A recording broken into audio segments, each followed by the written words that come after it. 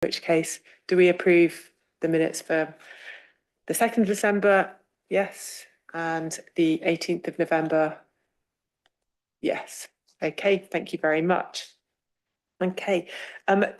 With the agenda tonight, we will come back to the work plan and recommendations items, which are 5 and 6 later on, just in the interest of time, to ensure that we've got our speakers, we have them involved in the meeting earlier rather than later. And so what I'm proposing is that we take agenda item 7 next, which is the governance changes to address the increase in urgent key decisions. If we take that first, then we go on to the council sanctuary framework, and then the HRA rent setting report, then the withdrawal of the Oxford local plan, and then flood management, before then returning to the work plan and recommendations from scrutiny meetings. So do we concur that's okay? Yeah. Very good. We'll move on then to the item, the governance changes to address the increase in urgent key decisions. So we're joined online by Emma Jackman. Thank you very much. We've got Jonathan here in person, Jonathan Moulton. Councillor Brown, I believe, maybe here. Is she online? Not online yet. I'm not online. Okay. In which case then, I think we're still okay to start. Is that correct? So Emma, perhaps we could turn to you to introduce this report. Thank you. Of course, thank you, Councillor Miles. We have had, as councillors will note from the last council meeting and on the agenda that will come forward for next council meeting, a number of urgent key decisions of late. These are decisions that are over the thresholds or within the definition of key decision within the Constitution and haven't been published 28 days in advance on the forward plan before the decision needs to be taken. There's a number of reasons. Part of it is because we're actually catching things, and it's working in terms of making sure that we're getting governance correct. The other thing is just a need to refresh processes and procedures, and at the moment, and you'll see on the action plan that's appended to the paper, but at the moment we don't have a sort of routine training for new members of staff, etc., in relation to governance arrangements, which is something that we're looking to implement so that people sort of get a solid foundation. So these are decisions that are then reported to council, but they are decisions which the chair of scrutiny needs to approve in terms of whether we can take them without calling or without a 5-day grace period that usually applies to an urgent key decision. And so these are 4 decisions, the ones where we've gone to Councillor Miles for her agreement are decisions where we can't afford to wait for those 5 days. A number of them have been connected in relation to projects where the timelines have just been sort of quite tight, and there's been a lot of work to get to the stage where we're in a position to take a decision or to know what decision that we're taking. So I had a discussion with Councillor Miles and I agreed to bring a report to scrutiny in order to set out what we're doing to sort of address this and try and reduce the trend of urgent key decisions. And that is set out in the paper at Appendix 1 to the report. It lists a number of items, some of which are done and some of which are in progress, but we are taking them in order to ensure that we're sort of addressing it and reducing the likelihood of needing to take an urgent key decision, so that we're only really taking them where it wasn't a foreseeable decision for whatever reason, usually where it's a commercial transaction and there's timelines that aren't set by the council. So just to give committee a flavour of some of the things that we're doing, I won't go through the whole Appendix 1 unless you want me to, Councillor Miles. But I can pull out some of the key ones that we've either done or that are in progress and sort of expand a little bit on how it might help if that would be of use to the committee. Yes, please, just giving a few examples. Thank you. Okay. So first of all, last council, we addressed the definition of key decision. There was a little bit of inconsistency, which often led to problems in terms of where a contract sat. So key decisions were previously defined as spend over £500,000 or contracts over £1 million.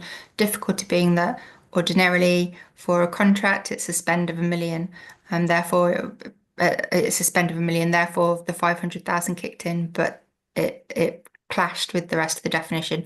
So we've now changed that to 750,000 so that there is in a midpoint between the two, and there's a very clear one single threshold that officers can use, so it avoids some of that confusion. We've updated the forward plan template, and we've gone through standing items on the forward plan to make sure that they're all sound and reworded or re-added where needed. We're updating template reports for officers and for cabinet and council, etc. They are now signed off and ready to be issued at the start of February. That should hopefully does offer more guidance on the template in terms of key decisions and tries to flag it so report authors are getting that as they're looking at drafting their report. We are looking to, I've delivered a number of training sessions already. So I've delivered a training session to CMT and heads of service, which was very well received, lots of questions and helpful debate. And then I used that as a basis to train leadership last week with all managers in the organisation. That went very well as well. Lots of positive feedback. I've undertaken to do a few more of them, perhaps with a little bit more of a focus in the future. And we're going to look at attending team meetings where they might want to have a bit more of an in-depth discussion. We're also looking at developing a training package on our online platform once we've re-procured it that will be mandatory for all new starters, and we'll have a refresh requirement as well. So for example, every 2 years officers need to undertake it just to have that refresh of the constitution. So these should instill within the organisation, refresh the organisation on what the requirements are. We've also then looked at the companies, because some of these are due to things that were between the company and the council. We'll be doing training with the companies and looking at their governance arrangements and making clear to companies where their governance arrangements apply and where our governance arrangements apply. That's due to be once we've done the internal training with officers, so later this year. And then there's some bigger pieces of work that will have a positive impact, but will take some time. We're looking at how we client the companies, and that will pick up some of this in terms of how we contract manage, how we look at our relationship in terms of commissioning from the wholly owned companies. And we will be doing a constitutional review this year. They're hoping to have the first session with members in February that will look at picking up some of these issues, clarifying them within the constitution, and also looking at signing responsibilities and things like that. And then we're also implementing, producing a list of actions from Cabinet, which where there is a delegation made by Cabinet, particular meeting, we're sending actions to officers to remind them that they've got a key decision that needs to go on the forward plan in its own right, and giving them signposting them to the process that will take them through how to do that. So there's some of the things that we're going to be doing. We'll be also picking it up in the annual governance statement for 24-25, and making sure that anything that we haven't captured and completed on this, we will be adding to the annual governance statement so that we've got the overview of that on an annual basis as well. Thank you. Go ahead, please. If you no, so that's it really. Obviously, if members feel that there's anything that they may be able to offer, suggestions they may be able to offer, that would be very helpful. If there's anything members feel that they might want in terms of training or information around this, that would also be very helpful from my point of view, and I'd be happy to accommodate that. But otherwise, over to committee in case you have any questions of me. Yeah, thank you, Emma. And really just thank you very much for both providing the report to us and taking forward this to ensure that we've got robust governance and decision making in place. So appreciate the effort that you've been putting in to address these issues, which were complex. Yeah, so questions from any colleagues? Okay, we've got Councillor Mike Crowley, Councillor Simon Ottino, and yeah, we'll take the questions from you two first then. Thank you. Hello, thank you very much. I was a little concerned in the appendix of training of the officers of the council's companies to be arranged once the company secretary is in post for each. Is that not a basic legal requirement for a company? No, actually, it's not. Companies don't have to legally have a company secretary up to a certain threshold in terms of their size. However, that was written in that way because the company secretary of both organisations had retired, and I can confirm that ODS have appointed a new company secretary, and we're working through their place in terms of appointment for their company secretary and supporting them in the meantime. So it's very much a very short transition period where there's just a bit of a gap, but they're working closely with my team and myself in terms of any queries that they might have in that period of time.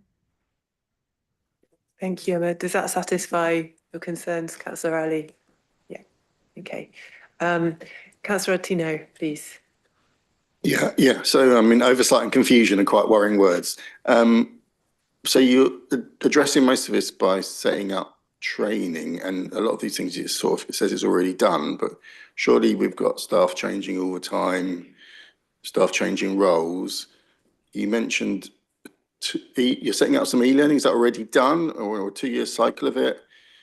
Is 2 years too long to be reviewing this sort of thing, or is there a way of sort of monitoring? I guess you've done the training. Is there a way of monitoring more quickly that actually the training has made a difference to what staff are doing? Yeah, so we're in the process of procuring a new e-learning solution through HR, which will provide all our e-learning. So at the moment, it's not really, and the system that we currently have doesn't quite work properly in terms of reporting. So I'm hoping that the new system will be procured and implemented. And as soon as it is, we'll be getting a governance training session on there that will be mandatory.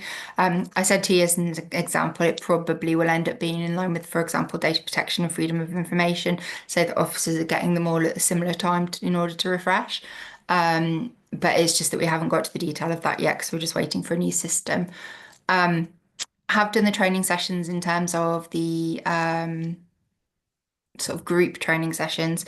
I'm going to be speaking with the heads of service in terms of looking at which departments we might want to attend team meetings and do something a little bit more in depth in the meantime. So though we've delivered 2 sessions, that's sort of the start of it as opposed to the end, and it's an ongoing program of training that we're going to be doing and picking it up on a more sort of focused basis with those departments that tend to take more key decisions. Does that answer the question? Thank you. Any further questions? No, I have one from my side, if I may, which is you refer to the clienting review of the council's companies in page 61 in the table, and that this is going to take place in 2026. So that's another year, more than a year from now. Why then? Why such a delay if it's urgent that these things need to be done? Thank you. But that's not taking place in 2026. That's when we're hoping it'll be concluded and embedded by. It's a bigger piece of work than just picking up governance arrangements. So, for example, we'll be looking at the contract itself and looking at whether we update that and make some changes to it. We'll be looking at KPIs. We'll be looking at what meetings we set up, how clienting reporting is done, etc. So it's a really big piece of work that will involve officers in ODS and in ACC. So it is going to take some time. However, just because it won't be completed until 2026 doesn't mean the governance won't be done sooner. It's just that package of work, that's the likely timeline for it at the moment. Thank you. So we've got no further questions on this. I'd like to propose that as a scrutiny committee, given this is something that we've requested because of this trend, that we just recommend the continued implementation of these actions formally from the committee, recognising that some work's been picked up and there's some good work now ongoing to address the challenges. So I don't know whether that's something that you would be willing to support, something along the lines of that we support and recommend, or note and recommend the full implementation of the outstanding steps put forward in this report. Yeah, I've got nods from people. Thank you. Okay, we don't have to vote on this. You're okay? We're all happy with the recommendation? Yeah. Okay, thank you. Oh yes, Councillor Ottino. Do we also not want fairly regular feedback on the number of unavoidable urgent key decisions that are happening to be reassured that this training has made a difference, I guess? I mean, maybe that could just be to you if you're getting informed about them anyway, and you probably have a better sense about whether it is just unavoidable. And also, I'd like to check that you hope that you haven't been pressured by fact that it's been presented as urgent to sort of agree something that you might want to spend a bit more time scrutinising. Well, I think this is the reason why, as Chair of Scrutiny, I felt it was really important that we brought this specifically to the committee, because I've noticed the trend, and they all seem justifiable in their individual rights. But when you start seeing a trend like this, you do get concerned that there might be some reasons behind, which then unveiled that perhaps there were some improvements that could be made. So I think the point's well taken that perhaps we do need to track if there are some in the future that are unavoidable, versus those, that could have avoided going through the key decision process. How we would word that, I don't know, but perhaps we can seek Emma's feedback, because as the legal, as the lawyer advising us, Emma's always involved in that decision and will be providing the request to whoever's scrutiny chair at the time. So Emma, any recommendation from your side of how we would gather that data, or being able to communicate this distinction between what's genuinely urgent versus a capacity related issue that has led to an urgent decision? Thank you. So we do report them to council. So where there is an urgent urgent key decision, we have to report it to council, the next council meeting. So members will be getting oversight of that in the report that goes to council at each meeting. Now, as Councillor Miles explains, I would be getting the approval of the chair in order to take those forward as urgent non-key decisions. So I'm happy to work with the chair as it goes forward, and if anything the chair feels needs to come before scrutiny committee, we can look at it at that point.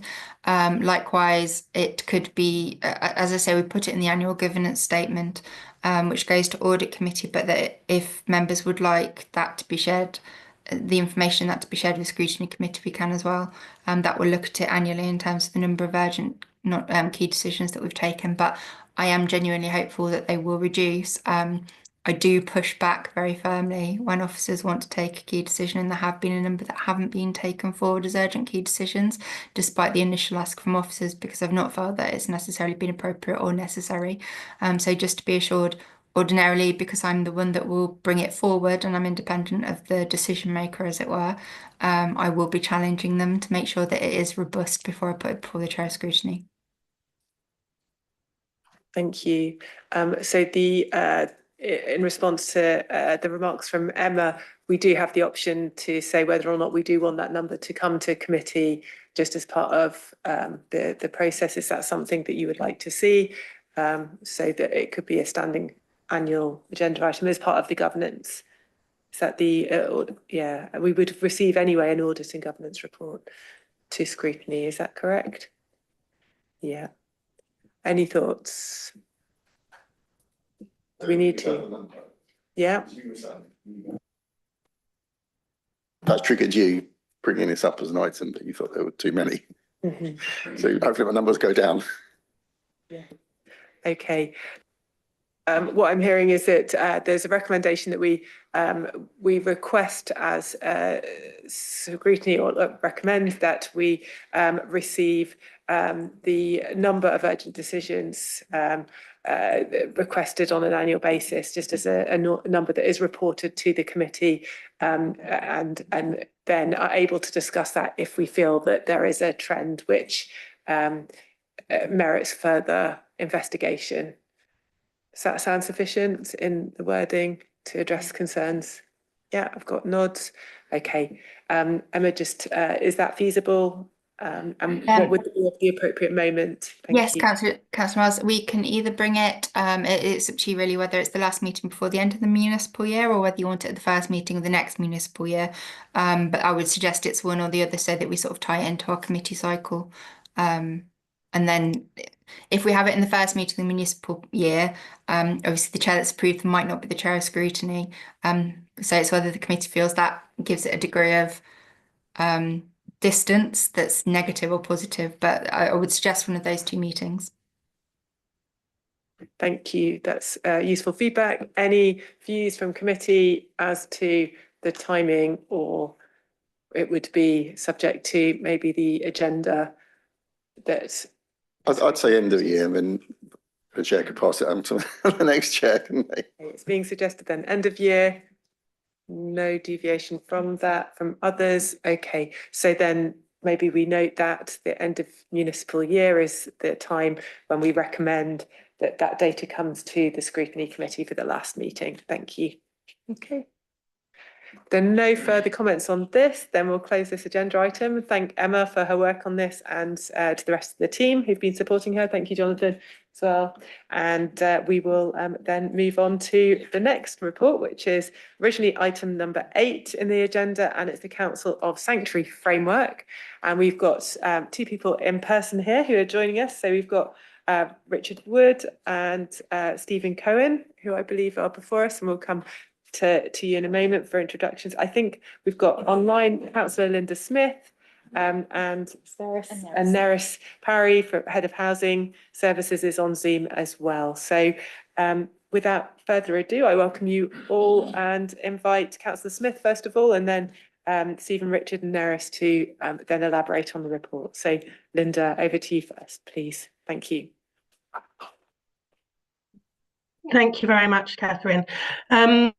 So I'm absolutely delighted that we've been awarded Local Authority of Sanctuary accreditation, which builds on Oxford's long history of welcoming people from around the world, including those fleeing global conflicts and persecution. This accreditation aims to help refugees and asylum seekers adjust to life in Oxford, as well as with the language and skills needed to help the city's economy. So the report we've got on the agenda this evening, it's a 3-year action plan to support the accreditation, and the action plan really aims to empower local community organisations and voluntary groups to provide a lot of the support. It doesn't request or ask for any new funding to support this accreditation or the 3-year action plan, despite it being chock full of actions and great initiatives that we're going to see over the next 3 years.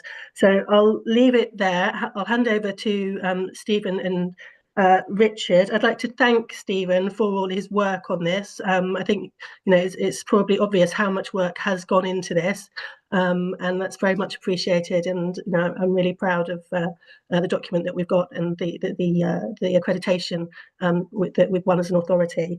So yeah, I look forward to hearing your comments and those of the former migrant champion, which haven't been shared with me yet. Yeah, thank you very much, Chair.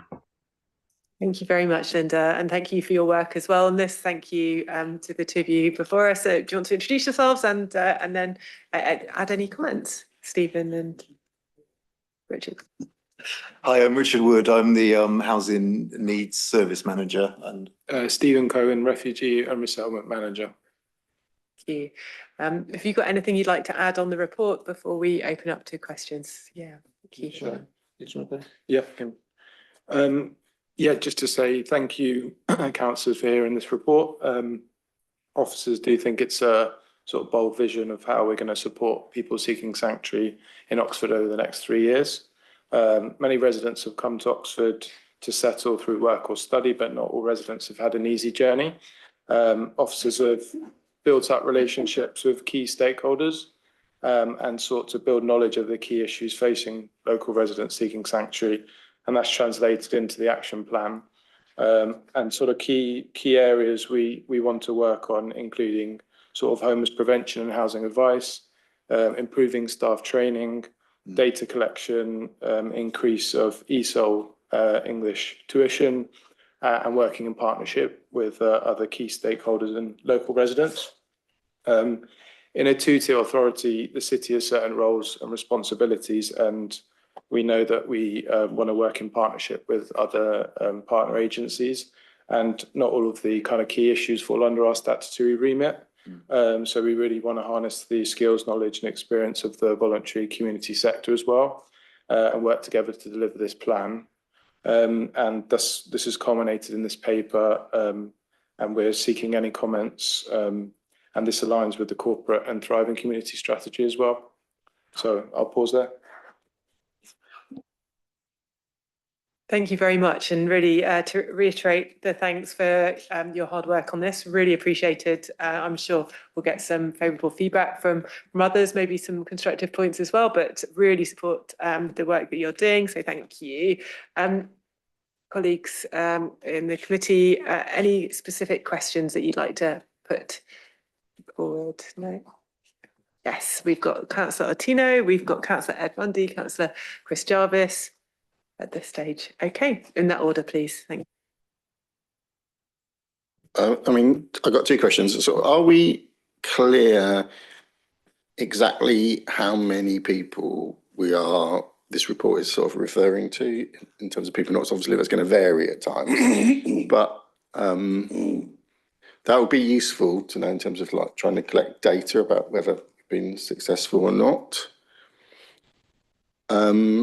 Secondly, it's broad and ambitious, but I suppose what I'm worrying is it so broad and ambitious that there's a danger that we might lose focus on certain things. That's partly because obviously it's not all the City Council's responsibility directly, but would it be more useful to have more precise targets about, I don't know, access to leisure, number of people using leisure services and percentages, things so we could see whether we've actually been successful or not? Okay. What we'll do, just take the other 2 points first of all, because it might be there's some overlapping, if that's okay. So I think, was it, who was next? Councillor Mundy or Jarvis? Yeah, go ahead. Thank you. Yeah, so actually, as Catherine pointed out earlier in the meeting, there was an email circulated, I think, to some of us from the committee from Councillor Hosnia Jafari Mabini, who had formerly been the migrant champion until very recently. And there were some very valuable comments there. I mean, just to sort of summarise kind of some of that and also some of my own input as well, is that, you know, essentially there seemed to be a sort of a lack of kind of detail, but like what Sam was saying, and sort of precise metrics about what was actually going to be achieved and what we could actually judge ourselves by in terms of where we're headed with this. And it's definitely welcome to obviously see that we've got that sanctuary status in place and the framework is coming. So it's definitely welcome. We just want to see a bit more detail on it. So I did used to work with refugees in relation to education advice. So I've got a bit of experiences helping people access English language. And, you know, again, there's a sort of lack of detail about how that could be achieved. I think one of the things that we struggled with was actually just finding teachers who were available to actually teach English. A lot of people who are asylum seekers who might not have recourse to public funds, they won't have access to the kind of opportunities at the City of Oxford College, for example, because that wouldn't be available to them. And so often we were linking such individuals with private tutors who offer their services for free, but there really aren't that many of them. You know, they're often sort of retired teachers, or they're doing it in their spare time. So, you know, my point is that, you know, what are the strategies really to kind of ensure that we do actually achieve that aim of helping people get that English language? Because it really was, you know, I did help with education generally, but it really was the number one thing that people needed was they did need to get that proficiency at English. And if people have arrived in the country and got English, it's very difficult for people to sort of integrate successfully into the community, you know, without that skill. So yeah, just a bit more on that, please. Thank you. Thank you, Councillor Mundy, and Councillor Jarvis, please. Thank you. And again, echoing the comments that have already been made with regards to thanking officers and council member for this report and the work that's been done, and to this stage, and to welcome the fact that we've been getting this accreditation. I have a handful of questions and comments, some of them very, very specific and some of them very, very general. So please do interrupt if at any point it makes sense to split them up. But I'll start with the specific ones. So I'm looking at page 82 under line 6.6 page 82 of the main document pack, which may not be the same as in the sub document, but I'm looking at section 6 of the taking action section on working in partnerships and innovating. My question really was around 6.6, which is the issue around affordable public transport, and I wondered whether the phrasing in there is right given the county council's current pilot for free public transport for asylum seekers, and whether the phrasing low public transport should instead be free public transport, given that. That seemed to be incongruent with the sort of pilot that's going on at the county level. Another question I had was, I guess, on under 3.1 on page 79 of the taking action section, it talks about empowering and supporting local institutions to become places of sanctuary. I wanted to sort of get an understanding of what that means in practice in terms of empowering and supporting them to do that, particularly the word empower, because that implies more action than sort of supporting. And then on to my slightly more general questions. I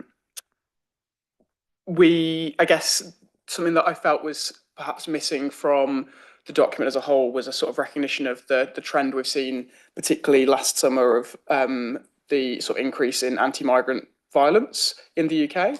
And that's not mentioned in the key challenges section at the sort of front end of the document. And I also feel like there's something missing perhaps in the sort of table of actions around actively seeking to prevent anti-migrant violence, possibly in section 3 of that table, which is around building and amplifying communities. But I think that's a crucial bit of context that we can't sort of ignore when we're talking about making a better experience for migrants and those seeking sanctuary in our city. And the final point I think I wanted to raise, now this is probably more of a question for Linda than it is for officers, is there's a section on page 74 on the key challenges section which lists national policy challenges in this area. When this work was started, we obviously had a different government in place, and the policies that are listed there are all policies which have been instigated by that previous government. So I guess the question really is what do we make of the new government's policies in this area and the implications it will have for this work? Thank you very much, Chris. So, and okay, what we'll do, because we've got so many questions, we'll come back to you, Mike, in a moment. I think you've got your hands full with these. We've got, so just to recap, we've got data, tracking success and targets. We've got metrics, which relates to it about what has been achieved. So it comes back to that targets, but specifically around English language. And then we've got the points with 6.6 around free traffic transport, versus low cost, explanation about 3.1, and then this wider trend of anti-migrant violence and national policy challenges and how that's changed with the new government. So I think that's a number of issues. Thank you. If you go ahead, please, Stephen. Start with the KPIs question. Where officers are currently developing KPIs to go behind all of the actions. And that's something that's currently in development. And we're working with an internal and external sanctuary partnership group. So that's made up of lead officers from around the council and local stakeholders and residents with lived experience. So the KPIs, I agree, are an important measure of how we're going to measure the success of this plan. But this document is more high level around what we kind of strategically want to achieve. So we take that feedback on board, and we'll be reporting back to Cabinet on a yearly basis. So we could look at those KPIs being included to show the measure of success over the next year. Yeah. You stole my what I was going to say. So we can report back on the KPIs annually to Scrutiny, and you can then monitor on progress. Did you want to? Thank you. That's helpful. Should we go on to the next question? Yeah, Do we please. cover numbers? Numbers. Demographics. Oh, It was no. a question. You're probably better placed than me. Yeah. Just in terms of the overall size of the cohort. Yeah. So I think the sanctuary, City of Sanctuary charity, and this work is primarily focused on people that have fled war and conflict, and they primarily come into the categories of asylum seekers, refugees, and vulnerable migrants. So within Oxford, we have some data that we hold on people that are resident here in Home Office accommodation, or have moved on from Home Office accommodation. or who are living in other types of accommodation, either with a pending claim or as a new refugee. But there are some limitations with data collection, because there is some hidden population of people who are living in insecure housing. So part of the plan is to try and monitor data better, especially around rough sleeping, and to make sure that we try and establish more information about our local population, so that we can put in place actions that help support those people who are often quite hidden and marginalised. ESOL, I think. And ESOL and English is a very good point, and this area is education is one that we work in partnership with. So Oxfordshire County Council are a key partner within the Oxfordshire Migration Partnership. So officers regularly with the other districts and county, and the county, and we're actually working in partnership on agreeing a memorandum of understanding around English tuition, and that is to try and better strategically map out what English tuition is available across the county, and what gaps there are regarding the mainstream provision that's provided by colleges, and there's also a lot of voluntary provision. So the idea is that with each individual district, we're able to better track what's available, so that we can communicate that to local residents, but also mapping out gaps, and we can use grant funding that we have, and working in partnership with the county to actually address those gaps. So that's an ongoing piece of work, but we can look at reporting that back within the action plan and the KPIs that we're developing, to hopefully give you a better idea of that. The objective progress. Yeah. And then the other point about the clarification on the specific point 6.6 and 3.1. Any feedback on those? I think that, as I said at the start, there's certain responsibilities that we have and certain responsibilities that sit with other partner agencies, and transport is one that primarily sits with the county council. I think we have to be realistic about managing expectations in regards to the actions that we're setting, and we're very supportive of the recent scheme to offer free bus fares for asylum seekers that the county have implemented. But yeah, I was going to say, obviously there's a lot of policy movement in this area, though, with the county and other partners changing their positions, and this document will have to try to keep up with that. That's why under the recommendations in the report, it does delegate the ability for the cabinet member, for the executive director, in consultation with the cabinet member, to try to keep the action plan up to date as new developments come around. So I think that's probably a good example where we would want to evolve what the action plan says to ensure it keeps up with changing policy, both nationally and locally. Yeah. And yeah, we didn't want to include anything that we felt that we couldn't, realistically deliver, and with the resources that are available, and whether that responsibility sits with the city or with other agencies. Thank you. And then with the national policy challenges and the rise of the far right, which is concern, and we saw that very specifically in our city. Yes.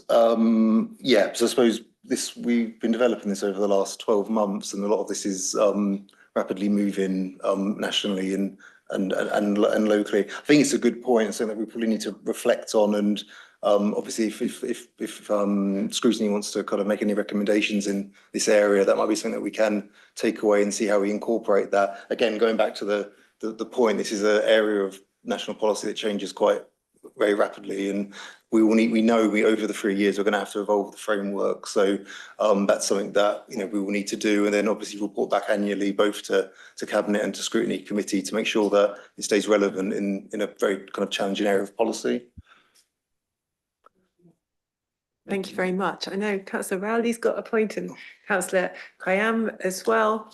Anything on this side? Councillor Smith has got her hand raised. Oh, I tell you what, well, let's just go back to Councillor Smith to finish off on this point first. Yeah. Thank you. And then we'll come back to yourselves, Mike and Basima. Thank you. Thank you. Yeah, it was just a sort of very general point I wanted to make in response to Chris's query about national policy.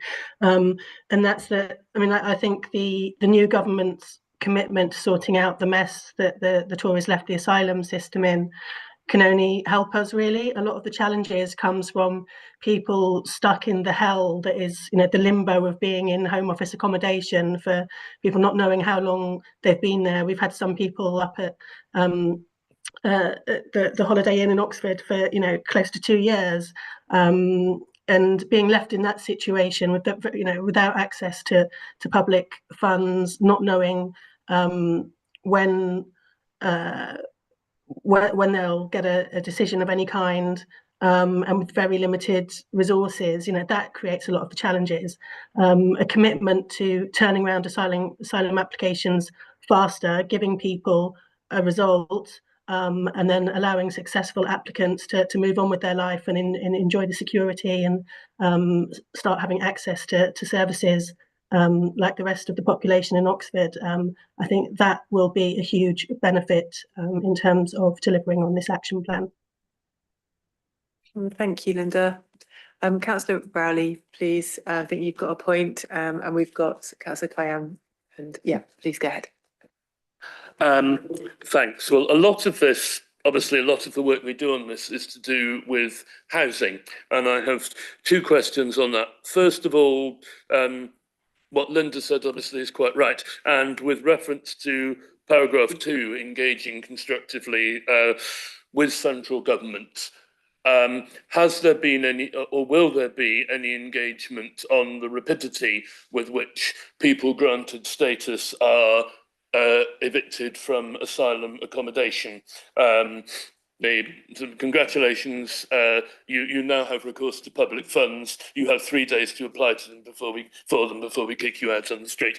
And the impact that has, not just on those individuals, but actually quite a serious impact on the council in terms of its resources. And secondly, looking at a basic issue under paragraph 28 PSCD. Do we have experience, do we have access to any expertise rather on the impact in terms of needs and vulnerability of the kind of experiences that people seeking asylum may have gone to, in particular the intersectional impact? I'm thinking of a number of scenarios which I may have come across, but one of the most frequent is not just confined to this sort of example, but for example, the law is quite geared towards saying, well, in assessing whether or not somebody has a particular protected characteristic or vulnerability, well, to evidence that there is this help available for you, you should have sought that help, when it may be that the person doesn't speak English or doesn't have an idea how the system works in this country. What is being done to make sure that we are sensitive to that kind of intersectional need in how we assess a person's needs and vulnerability in our housing system? Sorry, thanks. Thank you. Excellent. And we'll come to Councillor Khayyam and then come back to yourselves. Yeah, but thank you. Councillor Khayyam, you've got some comments to add as well. Thank you. Yes, yeah, I've got some specific comments, but thank you for this report. It's really impressive to read the work that you've done and hopefully will go on to do. My first question is on page 78, 2.1. There's education and support for local people seeking help to navigate the housing system. I just wanted to check, would this be delivered in collaboration with the partnership organisations? And also, will it be outreach work so that you go into these communities and give this support rather than them having to come to you? Just to bear in mind that a lot of the people within these communities don't have access to digital media.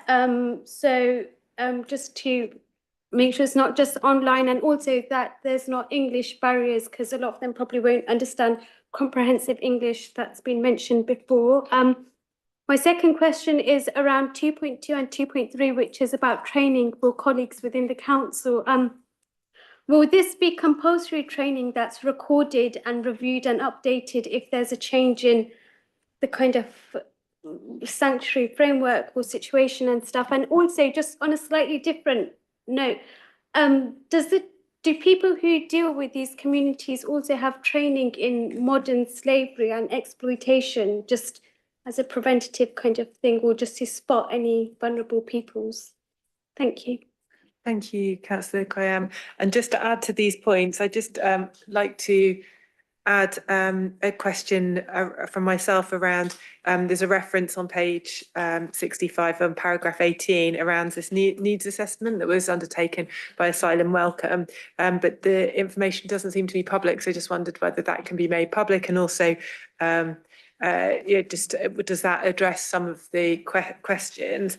There was also a question around whether there is a need to focus action around bringing communities together. So a lot of these actions in here seem to focus on bringing stakeholders who've expertise in working with asylum seekers or migrants of different, the different categories, but not the, Joe Public. And actually, if we're going to avoid the rise of the far right, which we're seeing in some communities outside, luckily, I think a bit more outside of our locality, but we need to ensure that there's greater communication between different groups within communities. And so how's that being promoted through this? So your everyday resident in Oxford might not necessarily know an asylum seeker, and their paths might not cross. So how are we going to address that? And then finally, on the data point, which you referred to earlier, I know in my ward specifically that there are quite a large number of people from Hong Kong who have been seeking sanctuary. And when you look at the data that is provided, it says that there's a data gap on that, but also that where people have been born is broken down to a very large part of the world. It's like you've got Asia and the Middle East all together. I wonder whether there's more disaggregation you could do which might help with identifying certain needs in groups, which and is that data either available or could it be done to help with your identifying the potential numbers that are coming from Hong Kong who might have specific different needs from the other groups that you've referenced. So I won't really summarise what I've just said, but we've got the point from around housing from Councillor Rowley, we've around eviction and the central government engagement, and then this sort of joined up process with eviction versus availability of government funds once you've got your status, and access to expertise on impact, on needs, on vulnerability, and how we're being sensitive to these intersectional impacts based on protected characteristics. Yeah, so over to you, assuming there's a lot there. Thank you. On the first point around notice period from Home Office accommodation, so a number of different organisations have been lobbying the government to increase the notice period from 28 days to 56 days to be in line with the Homelessness Reduction Act duties. Yeah. Recently the government did actually bring in the increased notice period to June of this year, and that's due to changes with also because of concerns around e-visas and the movement from from physical to electronic visas. So I think that the council's, my understanding, has previously supported that and council. Sorry. Yeah. We previously wrote to the Home Office to campaign on this, and I was part of a meeting with the chief exec with senior civil servants raising this point, and that was under the last government. But it's been good to see that those changes have now been made. I believe they're temporary or a trial at the moment, but the hope would be that stays in place. That's very helpful. Yeah. And then I think the point around specific needs of people seeking sanctuary in Oxford. When officers were planning this work, we didn't want to assume what the needs were, and we actually undertook, as you mentioned, a piece of research. So we commissioned Asylum Welcome in October 2023 to actually interview and undertake focus groups with local residents of different immigration status. So they actually completed interviews with over 100 individuals and stakeholders, and there was a real cross-section of immigration status. So people who are asylum seekers or refugees who come from on visa schemes, and a lot of the general actions have been built around the key 4 areas that were basically found there around accommodation, transport, work and education, and employment. So yes, we've undertaken that research to get the base level, and a lot of the intersectional needs were highlighted within that report. So I think with kind of management council approval, then that report could be made public. I don't know. Yeah, I'm sure that'll be fine. We could probably take that away and just double check there's not anything that we can't think of off the top of our heads why we couldn't do that. But certainly that would be our inclination to be able to do that. So yeah. Yeah, I'm assuming on that as well, the protected confidentiality of the people. If you're using qualitative information, it's fully confidential, and yeah, they can't be identified. I think that's the risk that needs to be managed. But if that is a request, I think that to release that report if possible. Yeah, we can take that away. Yeah. And then, and I suppose the only other point on the intersectionality and the needs of people, that then leads through to some of the actions within the action plan around staff training, making sure that's covered there, so that staff, when they're working with this cohort, these clients, that they know that they're better skilled up on being able to support them, and that that's why it's captured in there. Yeah, I think moving on to the point around individual support needs. So we do recognise the language barrier and specific needs of specific individuals. On digital access, we've got an action within section 6 on partnerships, which is actually specifically around digital access and working with the county council who have a programme around digital access. We're also doing things like reviewing our website, planning a newsletter to basically engage local residents. We're also, we understand that face-to-face is extremely important, and my team actually attend the hotel on a weekly basis. And that's because we realise the challenges when it comes to communication, so we can see people face-to-face in the community. So I think that this plan will hopefully galvanise more initiatives like that. So yeah, that's on that point. There is also an action on modern day slavery. So we're fortunate in the county that there is a anti-slavery coordinator, and that is a specific concern within this cohort who are marginalised due to their immigration status often. So we have got an action within the plan to work with the anti-slavery coordinator and basically improve knowledge around this area within council officers and the wider public. So that is something that we're aware of and we're trying to address. On the point on improving community relations, I agree it's a very important point. We've set up initiatives for the last 2 years. We've had the Sanctuary Fair, which is a collaboration between the University of Oxford, Oxford Brookes, Silent Welcome and other charities.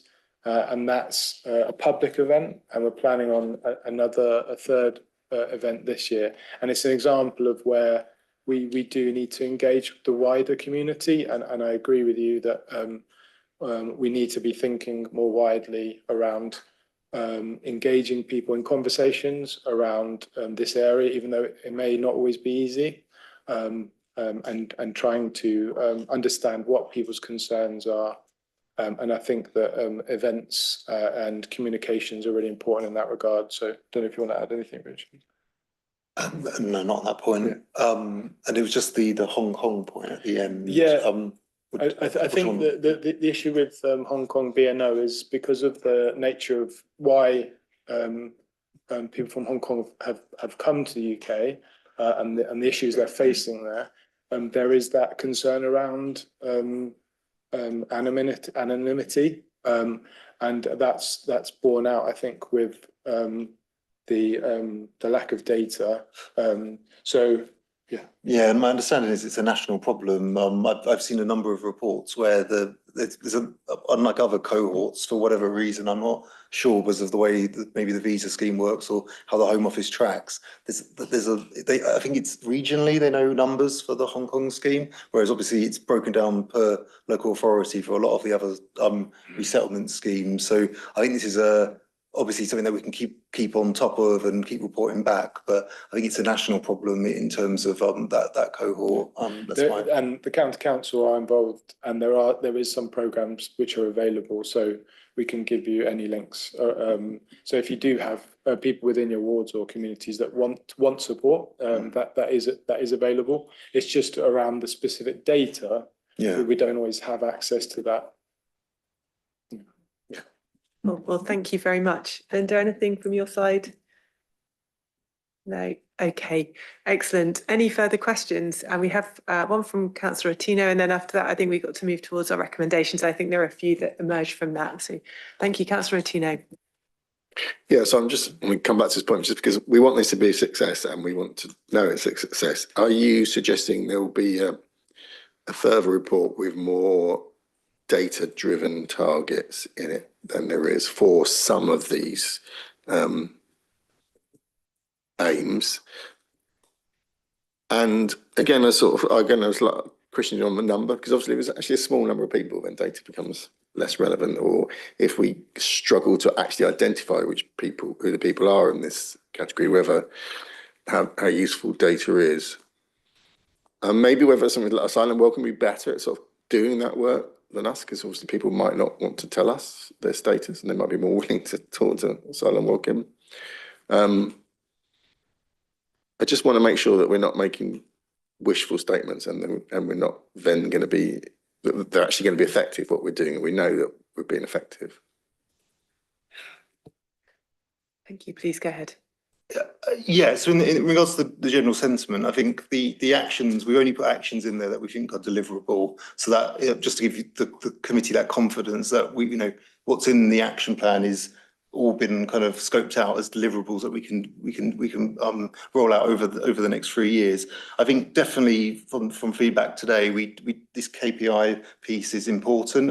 I think we've already committed in there to put together that KPI suite, and clearly that's something that we will definitely need to do in the weeks and months ahead, and certainly then we can share that with the committee when that's developed, and obviously that will then be part of the annual report that goes to cabinet and can be called into scrutiny annually. In terms of the numbers, so the needs assessment, Steve, I'm looking at you slightly. Does that cover that in the needs assessment, or? No, we've got access to some data. Some data is public around different groups that have come to the UK. And through our work, we hold some data, but some data, as mentioned, we don't know about. So I think that's something that maybe we need to reflect on within the KPI development to ensure that it's clear of our target group that we're trying to help. So yeah, we can certainly take that away and develop that to make it clearer for the committee. Yeah. Thank you very much.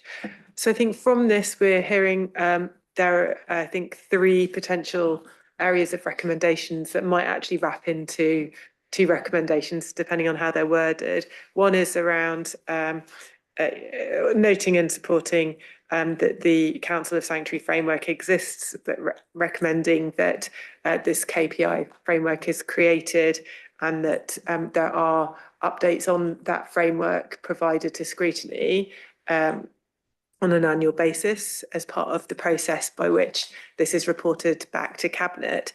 And then I think the second connected point to that, so whether it's a different recommendation, it remains to be seen, but is around as part of that updating any of the policy challenges text, the contextual information, recognising that this is a changing environment and noting changes such as the development in national policy and also factors such as this rise of the right that we saw last year, which hasn't been reflected yet. And the other point was recommending that the report on the needs assessment is released and made public for members and the public, ensuring the confidentiality of those that are protected, of those who contributed to it. Committee, have I summarised? Are these the recommendations that you're that are emerging? Any thoughts on that, Councillor Tino? I'm just wondering whether that's enough to the point that Chris made about the far right. In that, I mean, I think we were quite lucky not seeing what happened, but something really terrible could get out of hand very quickly. So I'm wondering whether you were thinking that we ought to have some sort of coordinate some emergency response to something very nasty getting out of hand very quickly. Maybe that's not our role. Maybe that's the role of the police. But I think we need to be involved because it might be rehousing people extremely quickly, sort of thing, as well as the council putting out positive, kind thoughts. And I don't know. Is that what you were imagining? Yeah, I think that's helpful. I think the way that I think definitely I would like the committee to recommend that the key challenges section definitely makes reference to the growth in anti-migrant violence, because I think that's a key bit of contextual piece. And then I think that does need to bleed through into the actions as well, whether it be, as Simon suggested, or something specific about countering and responding to and preventing anti-migrant violence, I think is important, so that we're not just saying this is a phenomenon that exists, but actually looking at what the council can do and can influence other institutions within the city to do to counter that in the same way that it does the other things it doesn't have control over directly. Thank you. So we've got this recommendation tabled, which actually therefore puts that contextual information and policy challenges separate, but has an action linked to it. Other members, would you like to, Diane? No. Ian? Yeah. Okay, so I don't see any disagreement of that proposal for the additional recommendation. So that I think we need to just summarise then, and maybe also do we check in with officers? Do these yeah, it might be helpful to find the views on the back. Yeah. Could I just ask the two of you to maybe come back on the proposed recommendations and see whether they're the specific last recommendation that was put forward, is that realistic? Is that something that Yeah, I think the way it was suggested seems fine to me. Obviously we need to go away and understand what that action will be, but as you've suggested, it leaves that open for officers to shape. So I think that seems fine to me, but obviously happy to correspond with colleagues over the next few days to further shape that up. Brilliant, thank you. So then just to summarise without saying the exact wording again, we've got the point around the contextual updates with reference to the anti-migrant violence context and actions to be taken forward on that.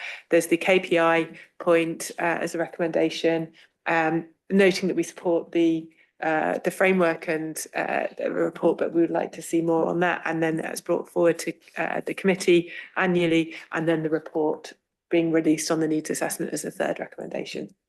Yeah, nodding of heads from seeking consent from you all. Okay, well, in which case I'd really like to thank you again for your really hard work on all of this, and congratulations that the council's been accredited as a local authority of sanctuary. We look forward to hearing the updates in due course. Thank you. Okay, so we are now moving on to what is agenda item 9 in the agenda pack, which is HRA rent setting report 25-26. We have apologies from Councillor Turner, but we do have Councillor Smith on the line. I think Councillor, is it Councillor Smith there? Nigel Kennedy is not here. We have Neris Parry and Jason Jones also on the line. So Neris Parry is Head of Housing Services and Jason Jones is the Finance Business Partner. So over to you, Councillor Smith, please, to introduce this report. Thank you. Yeah, just a very brief introduction from me. This report is recommending a 2.7% increase in our rents and service charges for next year. That is the maximum that we are permitted to increase the rents and service charges at CPI +1. I'm proposing this to Cabinet because HRA account is under pressure. We do need to maximise income coming into the housing revenue account, and that's in order to fund our ambitions around building more council housing for the city, to invest in our existing stock, both to retrofit it, to make it more environmentally friendly, as well as fund the improvements our tenants want to see in terms of keeping them up to date, in terms of kitchens, bathrooms and other improvements, as well as making sure we've got a responsive landlord services department, and that we're on the ball when it comes to maintenance of those homes as well. So I think the new rents will still offer fantastic value for money. They'll be coming in an average of £133.68 per week. As I said, so I think that's still very good value for money. Council housing in Oxford, our social housing and our affordable housing and our shared ownership housing, it's a really vital part of the mix because of the unaffordability of housing in Oxford and the housing crisis that our city is facing.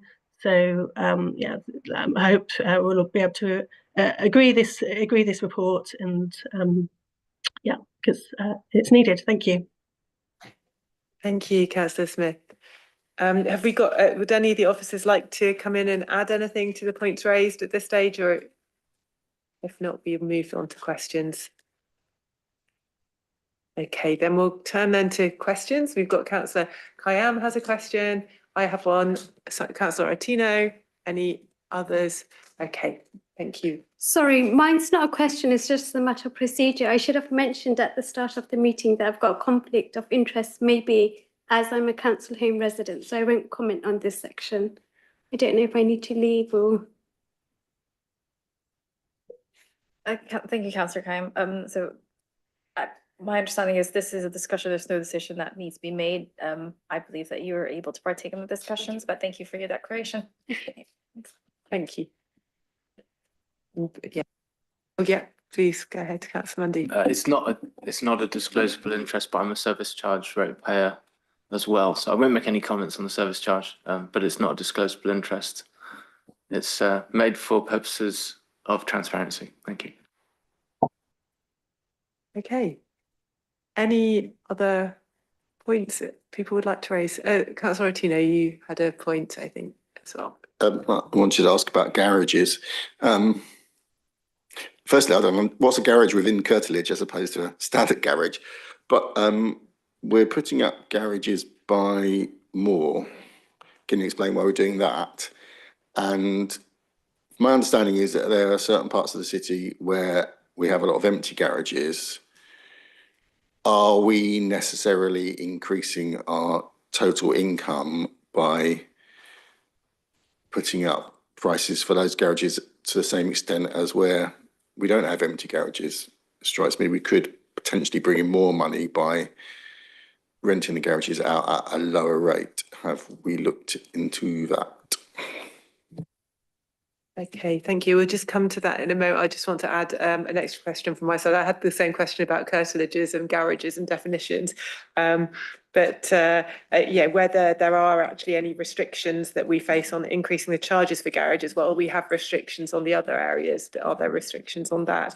And then just, I guess, to clarify, in the table in Appendix 1, Summertown Ward isn't listed here. I'm assuming that's because it's not the properties there are not directly owned by the city council, but there are shared ownership properties. So just wondered why it was missing as a ward.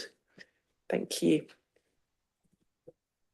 Councillor Smith, I can't see any other hands, so we come back to you. Thank you. Yeah, I think Councillor Ottino makes a valid point about, you know, the potential for more dynamic pricing, if you like, of garages across the city. It's not relevant to this report because of what garages within curtilage means. So what we're talking about here in terms of this report are garages connected to council homes. So it's like, you know, where they're in the garden of the council house or share a party wall of the council house, they're connected to the council house. So they are, you know, they come with the council property. They're for the use of the tenant in that house. So you're not going to change the use of them by playing around with the pricing of them to make them more attractive to other people, which might be something we want to look at in terms of you know, the other garages which aren't connected to particular homes, which are in blocks across the city, many of which are underused, as Councillor Ottino rightly points out. I could go off track and start talking about small sites work, you know, looking at these in terms for their future development potential, but that is a separate issue. I think I'll let Jason talk about any flexibility we might have when it comes to the pricing of those garages within the curtilage of the properties. But I would say that if you look at it's a larger percentage increase that we're putting on those, 4 point something, but it is just like a rounding up to £20 a week. So I think that's reasonable. But Jason might have more to add. Yeah, thank you. Thank you, Jason. Thank you. Yeah, the 4.1% increase on the garages. The garage charges are actually a sort of part of the fees and charges. So there's no legislation about the maximum increase we can have on that. And like, you know, we're just increasing them in accordance with the rest of the garage stock. So that's the increase on those. Was there anything else?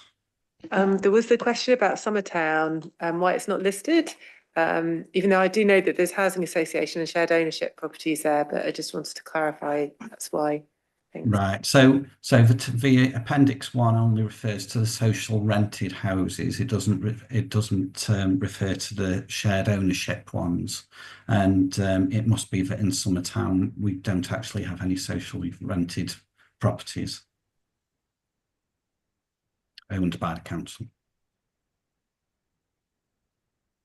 Yeah, thank you for that clarification. I wondered whether that might be otherwise, but it could be that they're through a housing association, and so just rather than directly owned by the council. But some I do believe are fully social rent.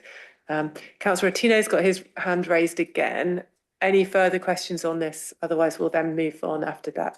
Next question, Simon. Okay, well, I'll ask more questions about curtilage then. So that's a council property that has a garage attached to it.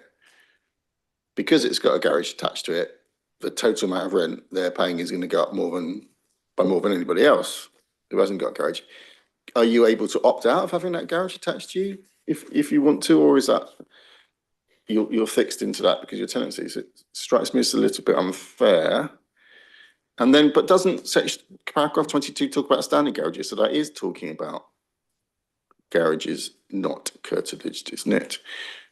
And again, I'm wondering why it's going up more than the inflation plus CPI plus 1%. Thank you, Simon. You're able, Jason, to clarify those points, please?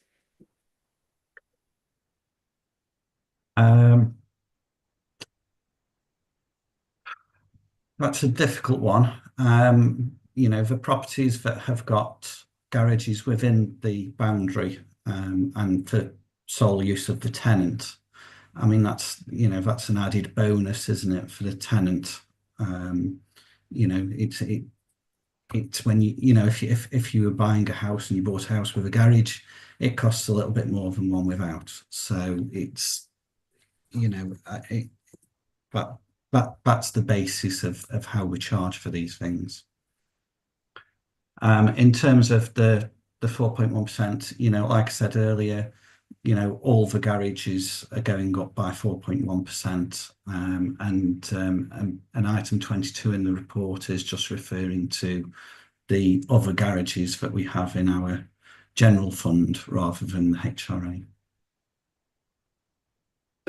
May I just ask for a clarification? If the standard garage or premium garage went up more, does that mean then the garages within the curtilage would automatically go up more beyond that 4.1% if it was agreed at a later date that there was a further increase? Just given that we're coming up to budget negotiations and budget setting for the other funds, just want to clarify the extent to which it's tied, that price is then automatically tied to the other garage price, or whether it's set separately. It's just for consistency that we've increased the garage in the same manner. That's clear, thank you. Okay, and one further clarification and then we'll move on, thank you. Okay, so you have a garage in your curtilage, you're paying more because you're paying for your house and your garage. But this increase means your increase percentage-wise is going to be greater than somebody else's. Why is it not just a standard increase? Why are we not just increasing it everything by CPI plus 1%? Why are we adding this extra increase, percentage increase, to those that have a garage? We must have made the decision to do that. I'm wondering why. Thank you, Councillor Tino. Would Councillor Smith or Jason, would you like to clarify on that point? Unfortunately, I don't actually know who. Well, I don't know why we've increased it by 4.1%. These are what I was told at the time to increase the rents by the garage charges by. And as I said before, it was for consistency that we increased the garages within curtilages at the same time. Yeah, I think that consistency point is important, and you know, I think that makes absolute sense. I wouldn't particularly want to deviate from that, having the consistency between these garages in the HRA and the garages in the general fund. But I don't think it's controversial. You know, I think you pay more for a 4-bedroom house than a 3-bedroom house. You pay more for a 3-bedroom house than a 2-bedroom house. You pay more for a house with a garage than you do for a house without a garage. You know, I just think that's the way it is, and that's perfectly reasonable. Thank you, Councillor Smith. If you have a look at how much storage costs actually on the ring road for these private companies, it might, I don't know whether it's comparable. Any further comments? In which case then, do we have any recommendations on the garage point? I don't see any forthcoming, but are we allowed to ask them to see what the financial impact of being to have a standard increase? Because it is it's a different increase. So it looks like we're just trying to make money. Would you like to formulate a recommendation on that to put to the committee? I mean, is it for them to explore whether it's affordable to increase everything by CPI plus 1%?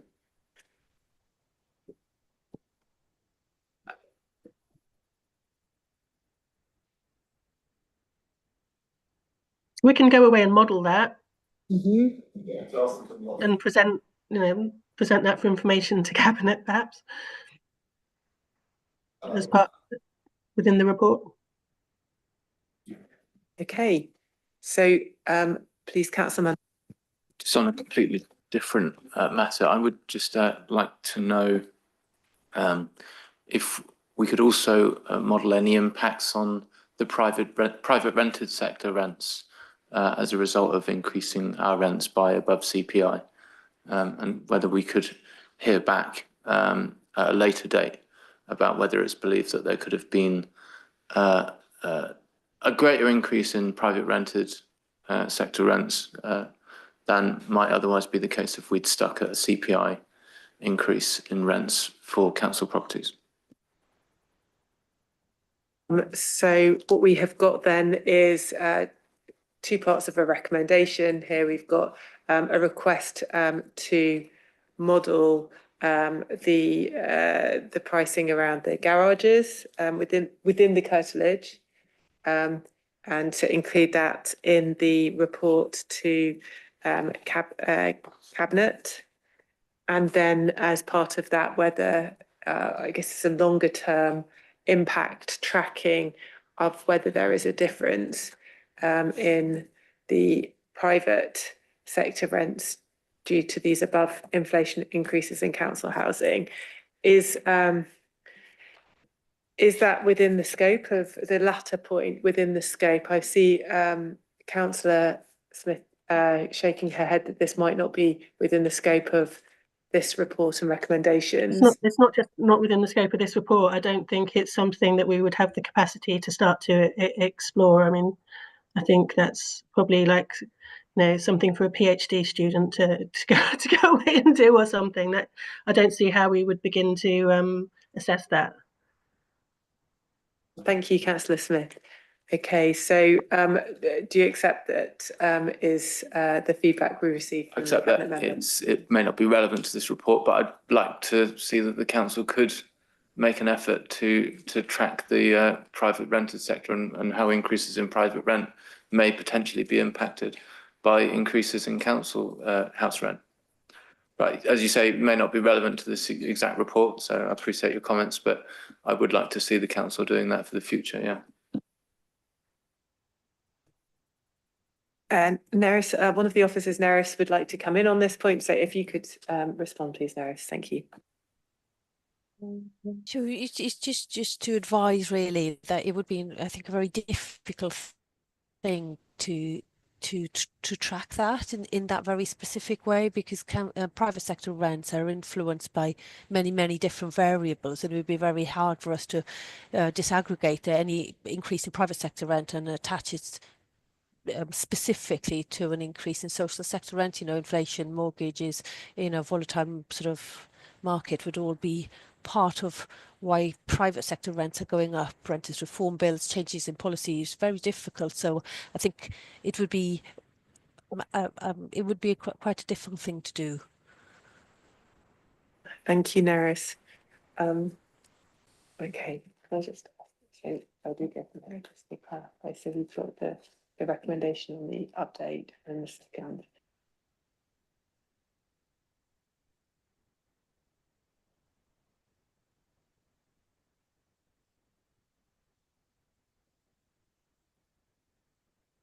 Thank you. So we've got the recommendations can be, I think, separated at this point. The first is around the recommendation around the impact of the garage price, which could be in the short term just added to the cabinet report, which Councillor Smith referred to as a possible suggestion to address the comments raised by Councillor Ottino.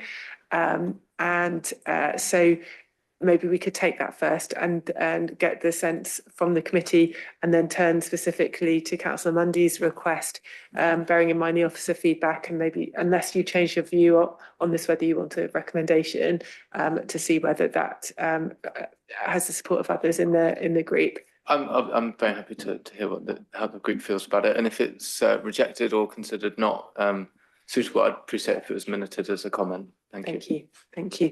So on the first recommendation from Councillor Ottino, can I get feedback from the committee on whether you are in support of Councillor Ottino's recommendation, please? Any before? Yeah, raise hands if you're in favour of the recommendation. Yeah, okay, so yeah, but that recommendation I think carries and we'll go forward. That's just the short note on the impact of the garage pricing in the cabinet report. And then on Councillor Mundy's request, noting that there are some feasibility challenges, but that this might be a useful item to look at. All those in, could we just can we just ask at what point we just started asking around the voting? So do we ask for another comment? Do we take another comment, or do I proceed with the voting? I suppose it would help to hear. Yeah.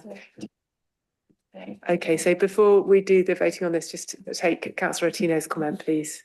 I mean, I understand your motivation, and I think it's a good idea, but is it scientifically possible? Because we don't have how would we know what would happen to rent, private sector rent, if council rent stayed the same? So we haven't got anything to actually compare it against.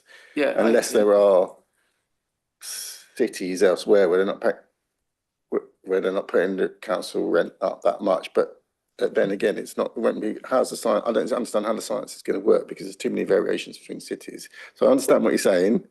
I'm sceptical about whether private rent is raising money anyway, but I don't understand how the comparison is going to work. You need some places not putting out their rent to see what happens there, and then some places. Yes, how's the science work?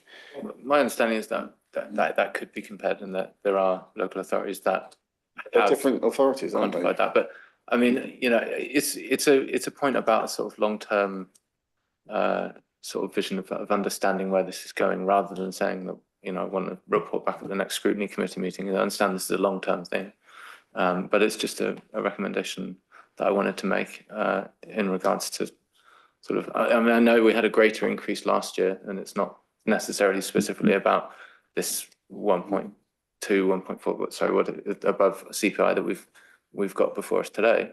It's just a sort of broader point about understanding if we are going to see above inflation increases in council rent going forward, is that something that longer term is going to have an impact on private rented sector rents? That's something that I would want to know going forward. I wouldn't say that I need an answer next week or next month, but I just would like to see it myself if it was possible. May I suggest then, given that we're kind of debating this point now, whilst the recommendation was put forward as the actual measurement, would you find it acceptable to maybe put forward a recommendation that in the revenues rent setting report, there is, which comes forward on an annual basis, there is a reflection in one of the paragraphs within that of any potential contribution to changes in the market related to private sector rent based on the above inflation increases of the council houses. So it's not a formal measurement of it, which we have heard is not going to be very easy to do because of all these factors, but there is an acknowledgement in the narrative reporting on an annual basis of whether there's been any attribution recognised within sort of market analysis, rather than the actual formal measurement by officers, given that it might not be actually feasible or realistic to do that. So it's just putting that forward out there. Happy with that, Chair. Yeah. Any views? Councillor Rowley, do you want to come in on this? Sorry, I thought you raised your hand. No. I'm just concerned that we might draw the wrong conclusions based not on accurate science.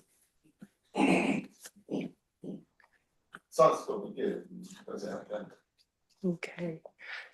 So I suggest then, given we've got no further comments on this, we put to a vote the recommendation that it's a narrative paragraph within the rent setting report, as opposed to a formal measurement of this, and get a sense of views on that through a vote. Would that be feasible? Just check with officers first. If that were that avoids an actual measurement of it, but it draws on any information that might be in the market that suggests where people are making that linkage. Neris, have you got any views on that? Oh, Councillor Smith, sorry. I think what I would be happy to see in the report is, in the same way that I think there is reference in the report to the social rents and how they compare to market rents. We could put a sentence or two in there referencing the rises in rents, private rents locally, either that we've seen in the past year or that perhaps if there is information available that we would anticipate to see in the year ahead. I think that would make sense, and I don't know if that would be useful to the committee. Thank you, Councillor Smith. I don't think there is any way of, I mean, I don't think there is a relationship between social rents and private rents. They're two very different markets. It's not like there's competition between the two, you know, it's very, very, very, very different things that you'd be trying to measure. So I don't think there is a relationship, but in terms of, you know, how they compare, I'd be happy to see some information on that in the report. Just to thank you, Councillor Smith. Does that meet your concerns, Councillor Mundy, if a recommendation was framed in that way with reference to the comparison of social rents to market rents in the report? I'll accept that for now, yeah, just because we've obviously got a short meeting. I know if in the future we have a private rents, yeah, I may raise it then as well. Thank you. Looking to the committee, are you happy then for us to include the recommendation as put forward and just now, which reflects the comments from the cabinet member related to the future reports? I see some nods of heads, in which case then, yep, I think we need to go to a formal vote on that. So we'll take forward that recommendation to cabinet. Thank you, Councillor Mundy, for that, and thank you to officers and to the cabinet member. So thank you very much. With that, we end this agenda item and we move on, and I want to thank Councillor Smith, Neris Parry and Jason Jones for attending and answering our questions. We're now going to move on to the toilet break. Does anyone need a toilet break? Yeah, so we'll just take 5 minutes pause before reconvening for our next agenda item. 1:45. Thank you very much.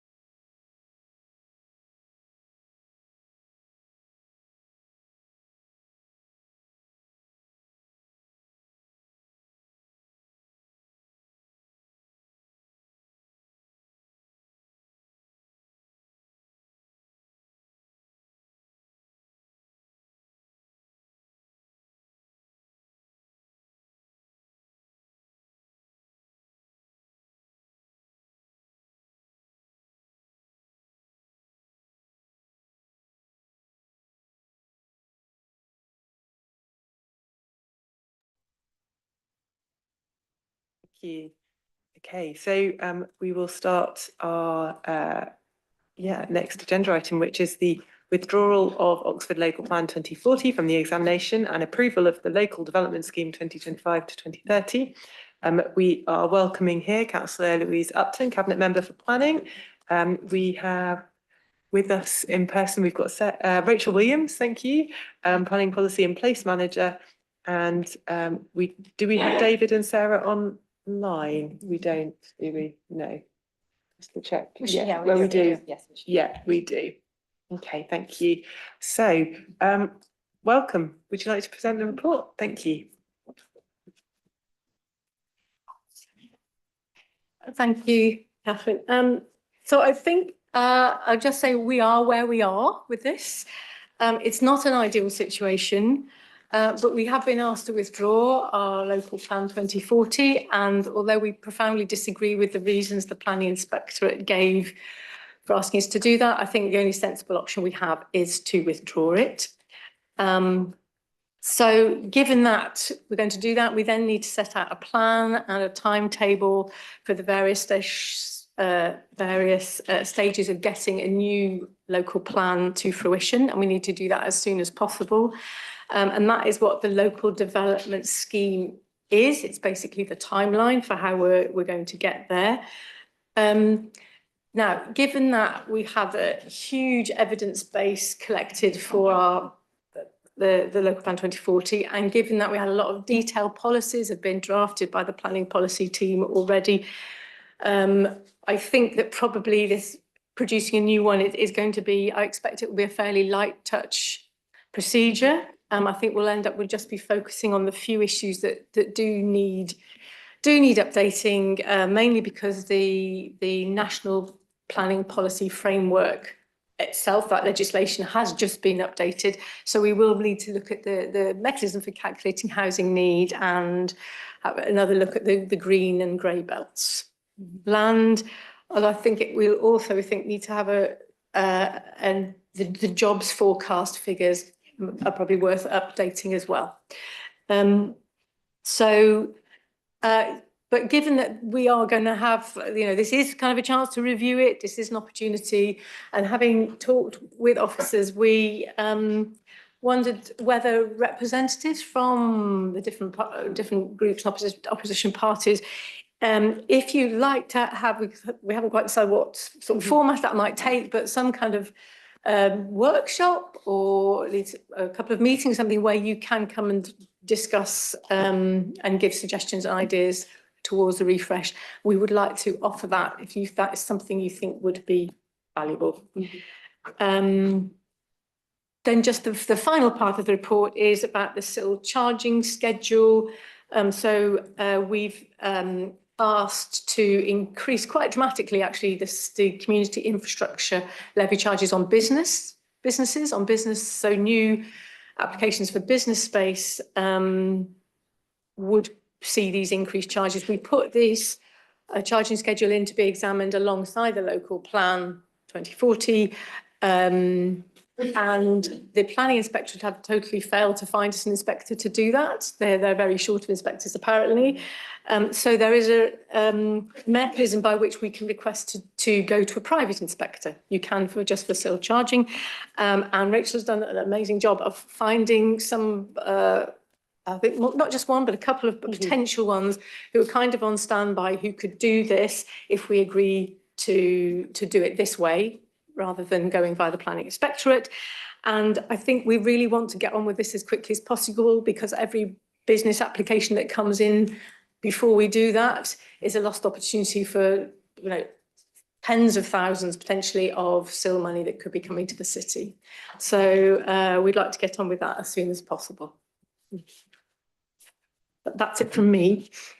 Yeah, thank you. Is there anything to add, Rachel? No, thank you. Okay, great. So what we've got before us, that I think the main area that we are probably wanting to focus is around this SIL charging question in the short term. We then see there's the withdrawal of the local plan question, and then there is the local development plan around what's going to happen if the local plan is withdrawn as is proposed. So those are kind of, I think, three categories where you might want to focus your comments. Anyone want to come back with any questions, first of all, to Louise and Rachel? Chris, Councillor Jarvis has his hand raised. Thank you. Perhaps the obvious one on this is what impact does local government reorganisation and the timeline of that have on this timetable and the development of a new local plan? And that's a big question. I think we'll come straight to you on that one. If I take that, if I may, you'll see the LDS, the work programme that Councillor Upton referred to, included in the report pack. That indicates that we will have a draft plan written, ready for consultation by the end of this calendar year, and the aim is to submit it by April. I don't know what the time frame for local government reorganisation is likely to be. I'd hazard a guess that we'll be significantly through this process before anything happens with local government reorganisation. We ought to press on and get as far as we can to secure those policies that are priorities of this authority. Thank you.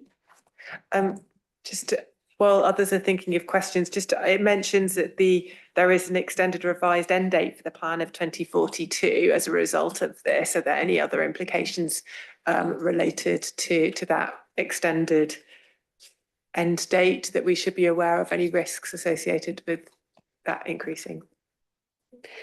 The proposal to extend the end date is a function of the requirement to have 15 years of adopted plan when you adopt. Because we've lost a little time in the 2040 plan, we now need to extend the end date to 2042, purely to make sure that we've got 15 years of adopted plan post-adoption.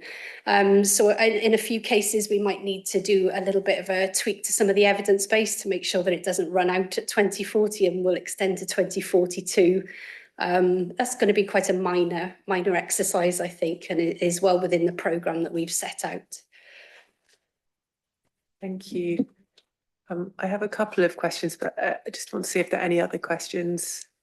Anyone else? Okay, so just are there any implications of these changes and this time frame for the reviews of forthcoming neighbourhood plans? So I understand that in my ward, Summertown, there is the Summertown St Margaret's neighbourhood plan that's going through a refresh.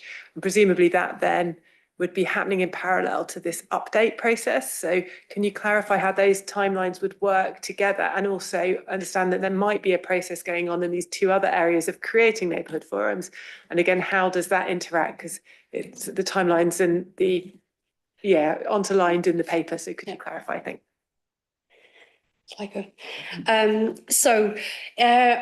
It's always the case that plans are being developed on different timelines. I was recently at the Summertown and St Margaret's Neighbourhood Forum to talk to them about their reviewing of their plan and where we are with the local plan. I don't see that this is problematic for them in any sense.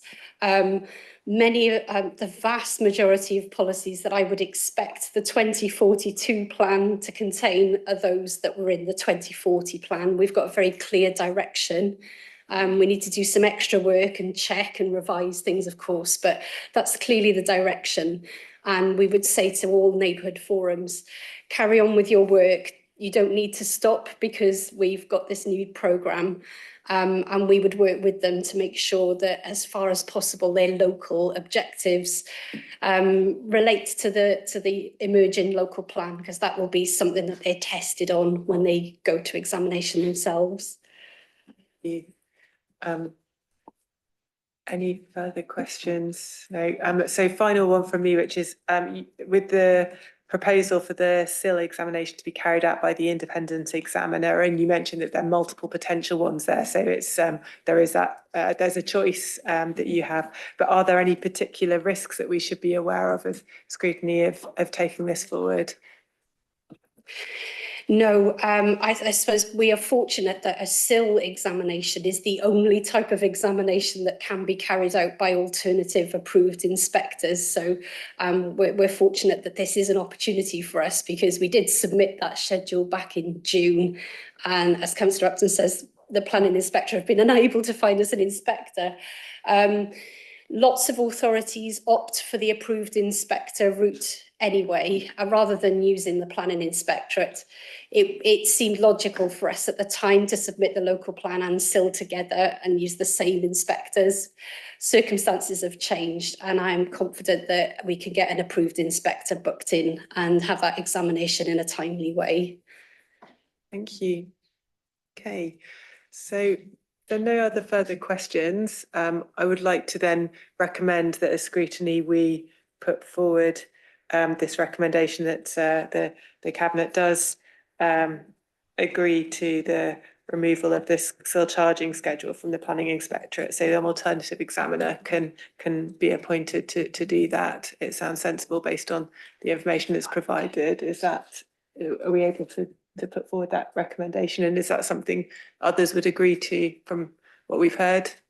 I see nods of heads, so that recommendation is noted then.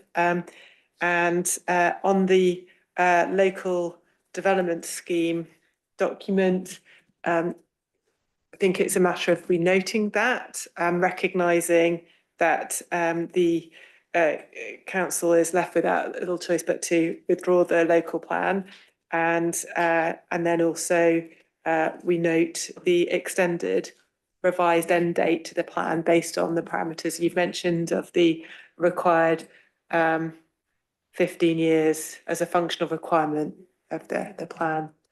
Any other recommendations you feel are necessary or notes to make?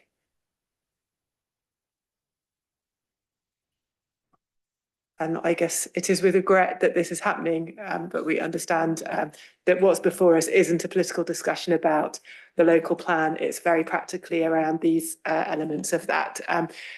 You did put forward the suggestion, the offer for the refresh workshops, and we haven't touched on that as a group. But can I just maybe ask those on the committee, would we welcome that, and maybe could we note that in our feedback? Maybe not as a formal recommendation, but the offer that you made about offering these workshops to members is something that would be appreciated. Whether people take them up is another matter, but we could note that. Yeah. Okay, that's noted then. Thank you very much. I think we finished that agenda item. Thank you for your time and waiting so patiently in the corner, hearing all these other discussions. So thank you, Councillor Upton and Rachel. Enjoy the rest of your evening.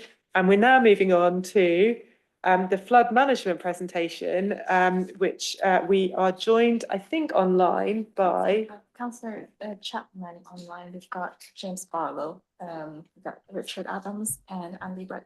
Councillor Railton, who's leading, is on her way to joining us. Okay. Slightly late, yeah. Okay, that's fine. Okay, so we have a number of people on the online. Anna Railton, Councillor Railton is on her way, but we do have Councillor Chapman, Richard Adams from the officers' side, from the city, and then we've got James Barlow from the county. Is that correct, James Barlow? James Barlow is with us. Yeah. So Andy. Oh, sorry, Andy is from the county, sorry, and James is from the city. So thank you very much for joining us. Just to provide a bit of context to this, this is something that was requested on the basis of the floods at the end of November, just so that there's greater clarity for all of us about the response to the floods and how different stakeholders are working together, given that the regularity of the floods in the city and the flood risk is increasing. And I think given the very different peril is being faced in America at the moment with the wildfires, it just shows how important it is for a city to take emergency response of such kind of emergency incidences seriously, related to natural disasters, and flood management as part of that. So I'll hand over to Councillor Chapman, and if you'd like to, there's Councillor Railton on. Councillor Railton, then please to introduce this presentation before we, I think, get on to the officers who will be providing. I think Richard might be giving the presentation. Thank you. Yes, hello, good evening, everybody. I have literally just joined, so that was exceptionally well timed. Thank you, Catherine. I think I'll just hand straight over to James, who knows much more about all of this. I think that might be for me, Anna. Oh, is it you first? Okay, sorry, Richard. Yeah, I'm just going to run through the presentation. Is it possible to share it? And is my camera working? Thank you, Richard. The camera's not on yet. We're just waiting for it to show up on the screen.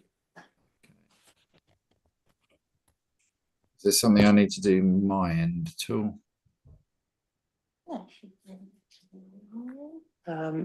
Celeste and Hannah are just checking for you, so just bear with us. No worries. So Richard, just jumping on it, could I just check, do you see the screen share button?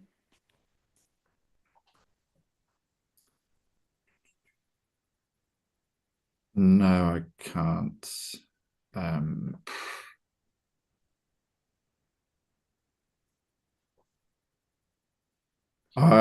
I can't. I've got an audio button, chat, raise hand, Q&A, and show captions or leave the meeting. Do you want to share it from your end? Okay. Richard, it'll just be shared at this end then on the screen from, and you can just explain when you'd like Celeste to change the pages, if that's okay. Okay. Apologies if it's something my end, but don't worry, these things always happen. It's okay. So if we start off on slide 1, should say Scrutiny Flood Response 2025 and talk about a Category 1 responder. Could you just confirm that that's what's showing? Because all I've got is my name on a black background. It's just coming up now. Celeste is just putting it up. Here we go. Thank you. Perfect. Okay, so just this is a kind of overview of our responsibilities under the Civil Contingencies Act 2004. I'm not going to go into a huge amount of detail. Yeah, you have to click forward. Thanks. So it places a number of legal duties on us. And so we have to assess the risk of all emergencies, not just flooding, but all sorts of emergencies that can affect and impact the city. We have to put in plans, emergency plans around that, and we have to have business continuity plans as a local authority as well. We've got a duty to warn, inform and advise the public in the event of an emergency, share information and cooperate with other local responders, emergency services, for example, that enhance the coordination and efficiency of our collective response. And we have to provide advice and assistance to businesses and voluntary organisations about business continuity. So that's set out in legislation. That's what we have to do around emergency planning across the piece, not just solely for flooding. So if you just move forward. There we go. Oh. So in terms of resources around emergency planning, there's myself. I have an emergency planning officer who's a part-time officer, and Andy Brett, who's online. You might have more success in seeing his face than mine.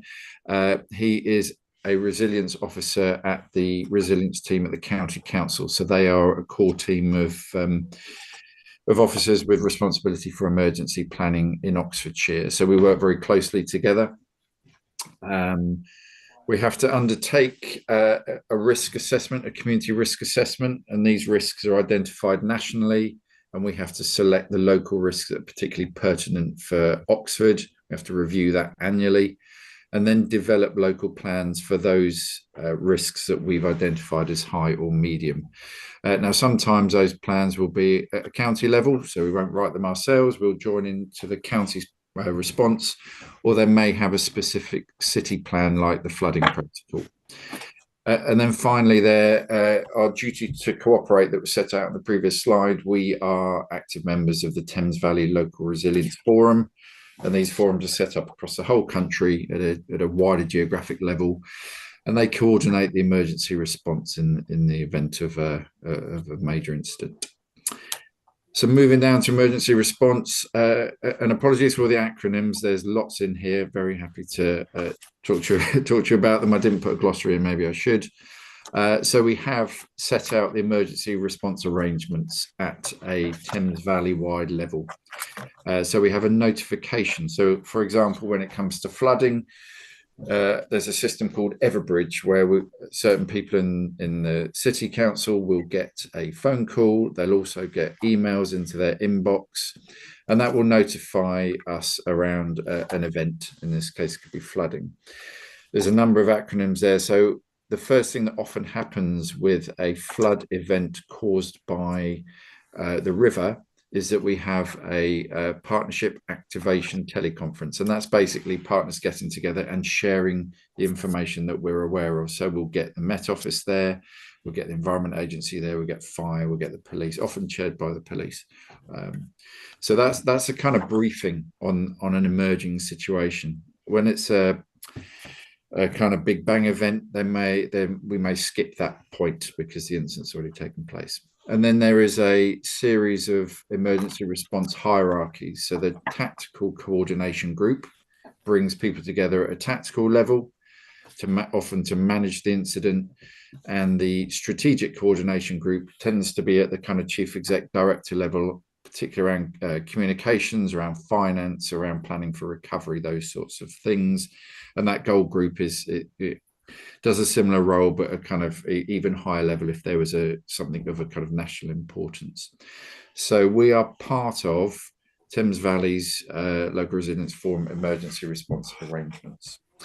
And then we have our own incident management framework. So we have to, as an organisation, have our own system set up internally. So if we are called to an emergency, we know internally what we need to do. And we have people who operate at a bronze level, so out and about. And in terms of flooding, that might be putting barriers up and monitoring situations, helping out with moving vulnerable people into recovery rest centres, those sorts of things. Silver is the kind of role that I tend to perform, which is trying to bring together the local response within the city. And then gold is often around the communication again, and maybe some financial decisions if there was a significant financial impact. So at that silver level, that coordination group level, we'd have the duty director. We've got the emergency planning team, which is effectively myself and Camille and Andy. We will work very, very closely with ODS because they are effectively most of the boots on the ground. We work with housing needs in case people are affected and have to leave their properties, and ditto with landlord services for our tenants. Communication is one of the first things that we do in that rising tide event. We make sure the contact centre are briefed with and aware of issues like, commonly asked questions around sandbags and things like that. Our green spaces team will go out and proactively look at the parks and the areas close to the rivers to make sure if we've got any rough sleepers that they're informed and supported. And they will also check the towpaths out regularly, and if we have to close those, they will often do that. And property services. So the event in September was more of a kind of deluge, and there was much more surface water flooding across the whole city, impacting on a lot of our properties as well. So we bring those people into the fold. So moving on, so specifically to flooding, there's a number of different types of flooding events. The most common one, as you know, is the river rising tide scenario, where you have a period of time to prepare the communities and our response to a rising tide event. And when that happens, we do a lot of work around checking the tributaries, checking the Cherwell, seeing what's happening upstream, checking the rainfall as well, if that's going to make the river burst its banks, or as what happened with Storm Bert, the river rose, subsided, and then rose again. So it's river flooding has a particular character to it. Surface water flash flooding is quite often much harder to predict where that's going to impact. And back in September, there were many locations across Oxford that were affected by surface water flooding that we don't normally deal with those locations. And the groundwater flooding is connected to kind of river water, where the water is seeping up through the ground and impacting on properties rather than flooding directly from the river. And there are differing responses to that. So in terms of that flooding and the events that we had, the first thing we had was that partnership activation teleconference to brief all partners. We determine whether we are part of a county-wide response and do we need to coordinate with South and Vale, other county bodies, Cherwell, West Oxfordshire, etc.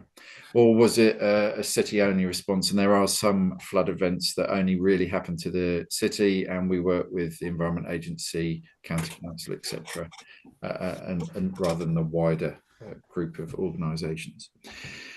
And so we have the flooding protocol, which is basically contains our response to those types of events, and we update it after every event because there is always learning to do. And the protocol is kind of broken into 3 areas. You can see there: preparing for the event and preparing our communities, responding to the actual event as it's taking place, and then looking at recovery, bringing things back to what can be a new normal, but hopefully normal life, but also assessing any risks that have emerged because of the event, like weakened trees and pathways and things like that. And then I've just added in there that kind of prepare bit, the warning and inform. So that's a significant amount of work that happens before an event. We're using social media, press releases, leaflets, etc., to inform the public. And if you just click on, you'll see an extract of what our website currently looks like. So there's a lot of information on there for property owners to help protect themselves. And there is also, we put out on social media the Oxfordshire Flood Toolkit link, which contains, again, a wealth of information about what property owners can do to help themselves and also to appraise themselves of the up and coming risks. So links to Met Office websites and stuff like that. So if you move on to the next slide. Right, so in terms of the detail around how we respond to an event, all I've done on the next 3 slides, and I won't go through them all, is show you what an action card looks like for that coordination role around flooding. So you can see that the action cards are kind of broken down. There's an initiation phase where we look at the sorts of issues that would trigger the protocol, and it may be rising rivers upstream, it may be rising rivers particularly around Bullstake and Seacourt, it may be things that are happening on the Cherwell, it may be a Met Office report that is telling us that we're going to get a significant deluge. So there's an initiation phase. There's information that I constantly keep abreast of, and you can see the links of the resources that I use. And then we have a daily silver meeting at Hopper State in the morning during an event, and we have a set agenda to make sure that we get the situation and the urgent action sorted out at the beginning. Look at what's coming and what that situation is at the moment around weather forecasts and river conditions. I talked about the risk management. So are there any particular risks that we need to plan for? And then what is the communication approach that we're going to take? So that's the silver meeting. Excuse me, just grab a drink if you want to move forward. Thank you. So a whole load of work around preparation. If you just go back one, if you don't mind. Thank you. So yeah, preparing, making sure that we are logging everything, making sure that we've identified any specific localities, attending silver group meetings. The county council may have set one up as well, so making sure that we're attending those to coordinate with them, identifying affected properties and responding to those, making sure that we are emailing and updating local councillors and MPs. If you just flick forward. And then you can see some of the specific things that we do around barrier deployment, working with the EA. We may issue sandbags and barrier deployments at Bullstake, for example. That's one of the key places that we do it. Fire and Rescue Service have high volume pumps, which can be used to pump out drainage around Abingdon Road with that floods and on Botley Road, et cetera, et cetera, et cetera. So a whole load of kind of tactical things that we consider. And then finally, you'll be pleased to know the recovery part, which is where we look at those risks and how do we bring back to normal again, street cleansing, sewage, that type of stuff.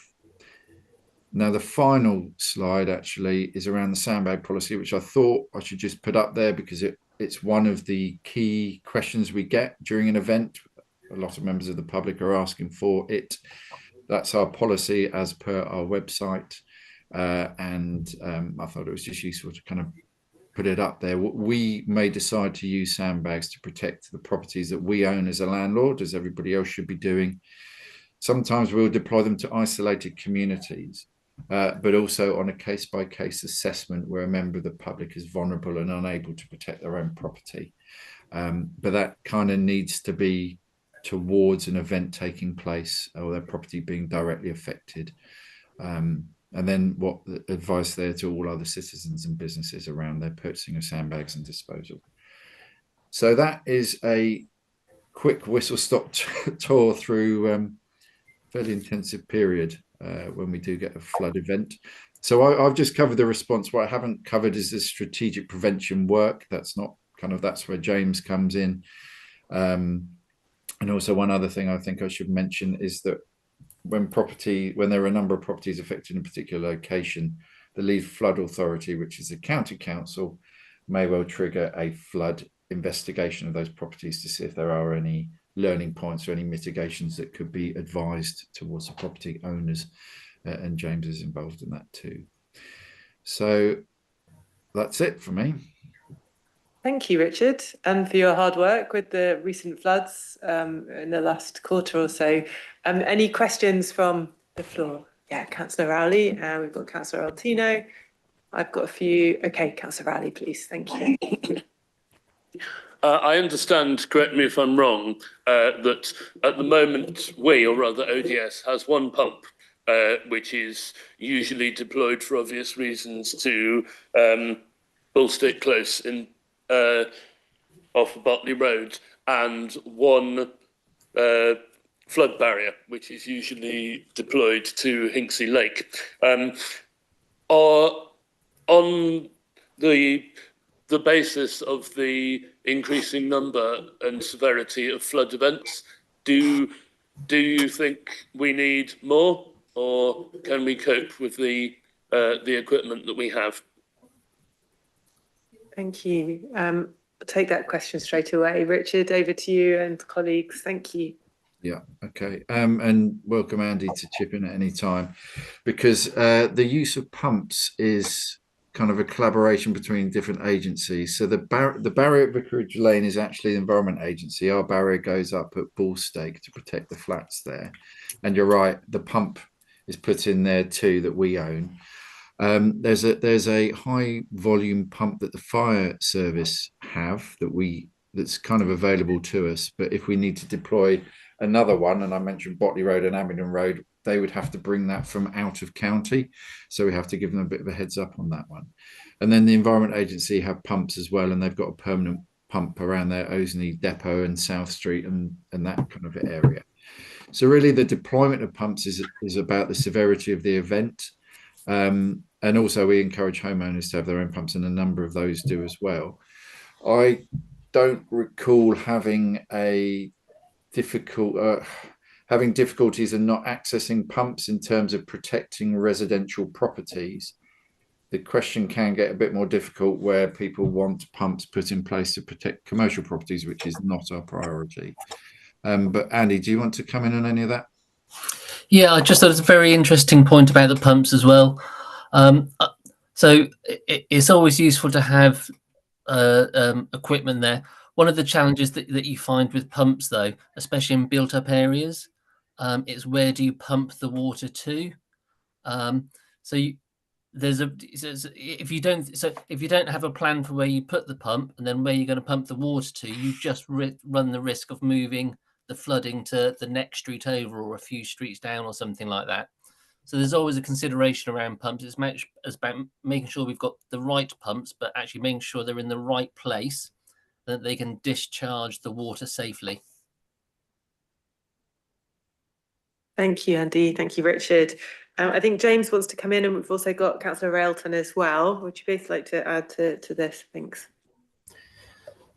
Yeah, thank you. I think my point is just to has been touched upon by both Richard and Andy. There is that the sort of any interventions such as pumps or barriers are managed. You know, they are part of a strategic plan. So generally, you know, the responsible body is generally the Environment Agency. As Andy said, is where to put the water. Also, if you block water from going somewhere, it will go elsewhere, so it will exacerbate flooding. In terms of more barriers, that is something, again, Richard said that the plans are reviewed. It was off our flood response plans. That's the same with the Environment Agency or any other authority as well. So if the flooding gets worse, that would be reviewed. There is a limit, however, to what you can protect with temporary barriers. We're in recent times, generally the barriers have stopped the worst of flooding, but there will be a point, such a significant flood event, that they will sort of overtop the barriers, which is, all being well, where the flood alleviation scheme will come in. Thank you. And I think Councillor Railton, you wanted to come in as well, please. Yeah, it's just a minor point that it's also not just about pumps and barriers, it's also about manpower. So the certainly when you set up a pump, you can't just like leave it there running. There has to be people there, you know, basically 24/7 running this thing, which of course then reduces the amount of stuff you can do elsewhere. So, you know, the fire service on Abingdon Road, there were people there 24/7. And similarly, when it went up in Vicarage Lane and Bulstrode Coast in January last year, you know, ODS actually manned the EA pump in Vicarage Lane, for example, just so, yeah. So there's also this consideration as well. So it's not just being strategic in terms of like equipment, it's also being strategic in terms of manpower. Thank you. And I think we've got Councillor Chapman would like to also come in. I understand that I'd like to add that from my experience, you know, these teams have worked together a long time. And, you know, that when they're deployed, they're not sort of starting on from scratch, Mike. I think they know their respective roles. There is flexibility within that, just as Anna said. So, you know, ODS will help EA will help ODS. And it's a pragmatic view. But you know, ODS know, for instance, they've got to go to Bulstrode Close. That's their kind of place. They put up the barriers. That's their responsibility. That's the first place they will look. And then the EA will have its own places where it will look and act and so on and so forth. So I think you know, Richard slightly underestimated the sort of, or undersold the sort of level of coordination and working together that goes on, because it's pretty phenomenal when you actually see it on the ground. Thank you. And I know that the residents really appreciate all the work that is done by all the different teams in this. I know Councillor Martino's got a point. I'd like to just add though a question related to the resourcing as part of this, because I think part of what we've just mentioned is resourcing of equipment, but there was also the point about you need people also to do this. Is it all budgeted for as it stands? Are we looking at having to make increased investments because there are increased costs due to the more frequent nature of these flooding incidents? And is that something that we need to look at further? And then also there is the recovery phase and learning phase that was referenced. What kind of data is then collected, and will that fit into the adaptation plan that's being currently worked on, I think, between the City and County Council on that? And my final question is around volunteer coordination. We don't seem to have a structure where volunteers can coordinate. Is that something that other councils do that we could look at? And I know that Councillor Ottino's got some points as well. So I'll turn to him first for his additional points, and then we'll turn back to all of you in the interest of time. So Councillor Ottino. Yeah, I think you mentioned that the county have got responsibility after the event for investigations. Is that right? Did you call it something, flood investigation thing? Because we've got several parts of the city where you get repeated flooding, and the perception from residents is very little is done by whoever to make sure that doesn't happen again. And obviously that there's a number of bodies that maybe are supposed to do things, and is the county or somebody else coordinating that, and can they enforce it? So I'm particularly thinking about in Blackbird Leys Lobelia Road, which is right on the edge of Northfield Brook, floods very quickly. Definitely one property floods nearly every year. Now, as far as I understand, Northfield Brook belongs to the City Council's responsibility to keep it clear, and they did clear it once, and that relieved a lot of flooding, but there's also problems around the gullies and gutters under the roads, and Field Avenue often is flooded. Things don't seem to change year by year. How is sort of, I think it would be useful for local councillors to know, for instance, for every brook, stream and ditch in their ward, who is responsible to it and who they could kind of get on the phone to and nag about it. And likewise, clear about responsibilities to who it is to clear all these gullies and things, because I suspect a lot of areas we're getting repeated floods just because we're not maintaining them, or maybe not us not maintaining them, somebody's not maintaining them, possibly Thames Water or the Environment Agency or whatever. So it would be useful, I think, as individual councillors to know about flooding areas in their wards, who to contact, who to get at, and to know that there is a plan to make sure we don't get repeated floods in places where they could be avoided. I think in Florence Park, there's another Campbell Road, isn't it? Repeatedly floods. Potentially, again, some of that's come from Florence Park itself, so it might be council's responsibility. Yeah, nothing ever seems to, I understand the River Thames flooding and Botley and whatever, but these little streams and brooks, surely it's avoidable. And Holland doesn't flood. Surely we can sort it out. May not be our responsibility, but who's enforcing it, and what can we do as councillors to moan and nag to try and make it happen? Can you assist us in who we should direct those moans to? Thank you. And I guess what that leads to is whether it's feasible for residents to have a contact point, or whether that contact point has to be the ward councillor for these areas. Just by way of reference, areas newly flooding more severely than before is also in Charlbury Road and just off the Marston Ferry Road with the south side of the Charwell School, which actually resulted in a huge negative impact on the education of children, having them to not go to school for a day because of floods. So there is also these indirect impacts which are really severe. So yeah, a contact point, is that feasible?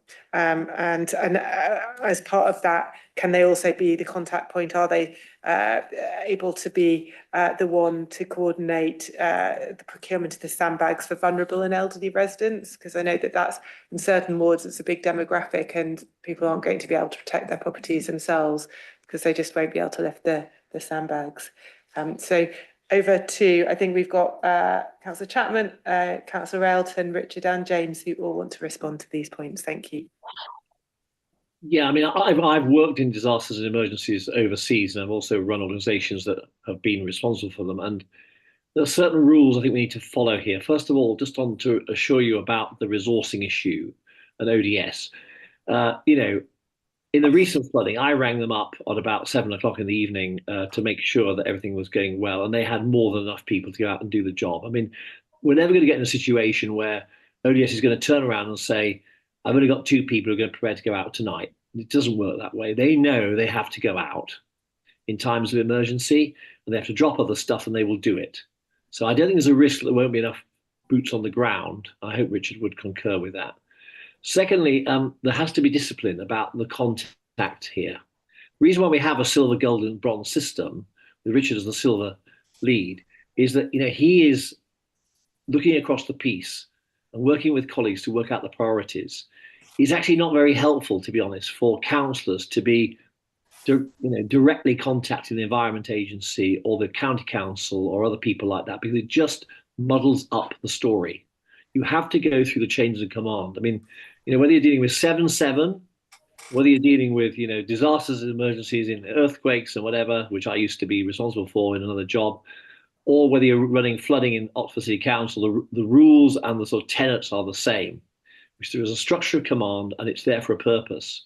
And therefore, I would not encourage councillors to be contacting agencies directly themselves. What I would say to them, if they've got concerns in their area, as I had, then I would either ring ODS because I had a contact there directly, or Richard and talk to them, and they found they were well across it and way ahead of me. So that's the way I think we need to operate. And so I wouldn't encourage a lot of bilateral conversations with other agencies. It will just only confuse the story. So I wasn't meaning at the point of flooding. I'm meaning afterwards, prevention work. No, I don't have an issue with afterwards. I don't have an issue with afterwards, crisis, Simon. But again, Andy, Brett, and Richard are your key points of contact here. So Andy, Brett sets policy and strategy for the City Council in the area of flooding.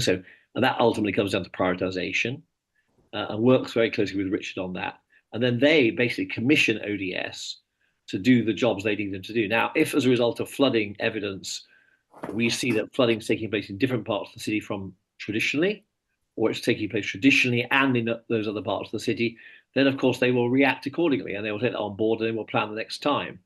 And to be honest, also with the way it works from my experience is that this stuff, the river flooding doesn't just happen like in 5 minutes. You get a reasonable level of anticipation. You can see the water levels higher up the Thames. You can pretty well anticipate how bad it's likely to be and get your troops out on the ground to the right places with the barriers and the pumps. So I think that is kind of the answer to the question. It's not something that, all happens in 10 minutes.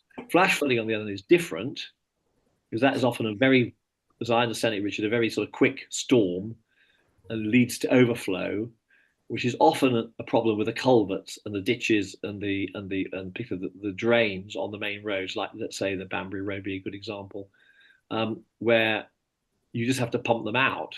As far as I understand, there's not much choice. Anyway, that's the kind of some of the background to your question, Simon. But on the recovery and the sort of whole area being ahead after the event, obviously that's a bit more relaxed. The pressure of time is not so great usually. And you can go away and work out whether you've deployed the right places with the right things, whether you need more of them, whether you need to move them around differently. It just all depends on what's happened.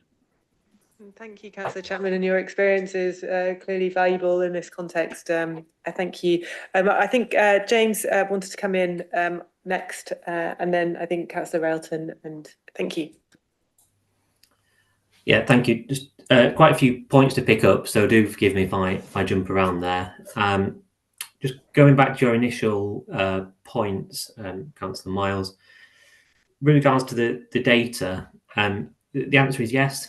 Data is looked into, but it does rely on people reporting flooding. I think there's quite a bit of a reticence to report flooding sometimes because people are worried it might affect, or it will affect insurance premiums, house prices, etc. But none of the authorities can act if we don't know it's happening, which is my key point. Which will come on to another point. Just to pick up on the volunteering point, obviously a flood situation is a dangerous situation. The County Council have started a flood warden programme, which involves training, etc., in at-risk areas. So really, that would be the best way for people to volunteer. And to do that, the best place to go would be to the Oxfordshire Flood Toolkit, and there'll be information or contact details on there. To go back to the data, as has been referred to, if there's flooding of numerous properties, I think the threshold is about 5 within a particular area. It triggers a formal investigation under the Flood and Water Management Act.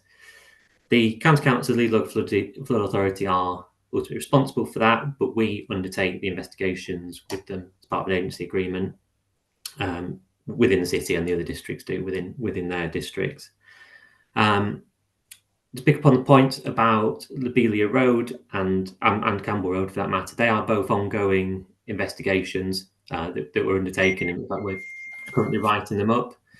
The Campbell Road one, as you may be aware, involves ultimately Thames Water Sewers, so we've worked with them. It's taken quite a while, but we think we've got an answer to that, which will be published in due course. And with regards to Lobelia Road, again, that's due to the amount of water, and we believe an unfortunately placed turning head on the road, which is basically stopping water flowing away. But again, these should be published within the next couple of months. So they are being looked into. On the Beeley Road, the highways and Thames Water have checked all the gullies and pipes, so it's not that. Just to pick on another point, when it comes to surface water flooding, we've heard discussions about various types of flooding. Fluvial flooding in the rivers can be managed to some extent with barriers, etc. It's quite predictable. With regards to surface water flooding and the flash flooding, the amount of rain that we had in September was exceptional. I mean, it was around 100 millimeters in 24 hours. For context, I don't think I've ever seen more than 20 before in the 7 years or so I've been doing this job. So it's very difficult to manage, and to some extent, it's not possible to stop that or pump it. So it is a case of working on resilience and protection of communities. And I realize I've jumped around trying to answer quite a lot of points there, but if there are any further questions. Thank you. And yeah, very, very valuable feedback, particularly also about the flood wardens, and perhaps we need to encourage residents to look at that and maybe communicate more about that opportunity. Just there was a resourcing question. Do we need to do some modelling of where potential future resources are needed to be increased to support your work? I think that's there's the resource point, and I know that Councillor Railton also wanted to come in as well. Thank you. On the resource, I think that links to the wider sort of flood plans which are discussed by the various agencies. That's probably not a question for me. That's kind of a wider point that we take away. There's just one more point, sorry, I was going to make there. If members do have question about flooding, so again, not at the time of flooding, but with regards to, say, the Beeley Road or Campbell Road ones, then I will circulate the contact details as required. Or Councillor Railton can direct you as in her role. So we're happy to answer those questions. Thank you very much. And we'll come to Anna, and I know that we've got Councillor Yeatman has also some questions as well. So Anna, if we can take you first, so we'll come back to Okay. So in terms of ditches and gullies, to Simon's point, there is a bit of work going on at the moment about who owns what, who is responsible for what. I need to double check where that's I need to double check where that has got to, but that is something that is being looked into. But I think there is an aspect, as sort of James said here, that we do actually need to be kind of real with people in some respects. So in September there was 6 weeks worth of rain in like a couple of hours, and like it literally would not have mattered if every single drain in the city was like as clean as when it was put in. Like there still would have been surface water flooding. So I think, there is a really important thing here about, one, being real with people that this is going to keep happening and it's going to get worse, but also that there is stuff they can do, as residents, as homeowners, to their own homes to sort of mitigate the worst of it. Actually, there are decisions around your own house that, if you do live in an area that is prone to surface water flooding and people are finding that out, and actually there is a leaflet that's going to be going out to, I can't remember how many residents, but basically residents who get surface water, groundwater, fluvial flooding in the city, about how you can prepare your homes for flooding. For example, the surface water flooding point in September, there is, even if we did have a sandbag policy where we gave them all out, there is no way that the city council could have got sandbags to everybody in time, right? With that sort of level of deluge, people need to have them themselves ready, they're ready to go. There's also sort of softer measures around, decisions about what you do with front gardens and stuff that can also really help. So yeah, that's ditches and gutters and stuff. In terms of, I wanted to pick up the flood warden scheme. So in the city, we actually do have, certainly in West Oxford, there's a couple of streets that are super well organised. This is like a well-oiled machine. They fix each other's pumps. They actively engage with the city, with the EA, to sort of like on a sort of street by street level. We're trying to set up a similar kind of thing in South Oxford as well, basically to get a network of volunteers on the ground to kind of build a bit of capacity, basically. So this is about sort of finding out about the problems that the city can fix at the time. So it's not emergency stuff, but it's like, it's not emergency services stuff, but it's stuff like, oh, this vulnerable person in XYZ now no longer has a working toilet, and it's kind of that kind of stuff and feeding upwards. I guess we need to be slightly careful that we don't have like hundreds of people like phoning up Richard. But yeah, you know, I think being clear about the chain of command here is really useful. And yeah, I would definitely echo Nigel's point that we definitely do not want, you know, random schmuck councillors like me phoning up the EA like that. It's not generally not going to be helpful in the middle of a flood event. In terms of budget, certainly, you know, event back in January a year ago, like, you know, did cost the city, you know, a chunk of money. I think Richard is probably best. Maybe, yeah, Richard's best place to know how this flows into the budget process. Because I admit, I do not. So I think I will leave it there. But I think, yeah, you know, a certain amount of honesty with people about the fact that they are, you know, yeah, some sort of resilience to your own homes is necessary in some places. Thank you very much. This is all very helpful. I understand that Richard wants to come in, but what we'll do, we'll take Councillor Yeatman's point now, so that Richard can also answer and address any concerns that he raised there. I'm just going a final look round, see if there are any further comments, because this is the final bite of the cherry, everyone, before we start moving to recommendations and close. So, okay, so Councillor Yeatman, please. Thanks. Anna and James covered off most of what I was going to ask, actually, but just on James saying a report is being prepared and will be distributed, can I assume that comes to ward councillors? Is that the aim, to kind of share it with us? It's published on the Oxfordshire County Council website, but if I can circulate that to people or let people know when that's published, if you request. Which one was it in particular you were interested in? Florence Park area, particularly for me. Okay, but that one might be a bit longer.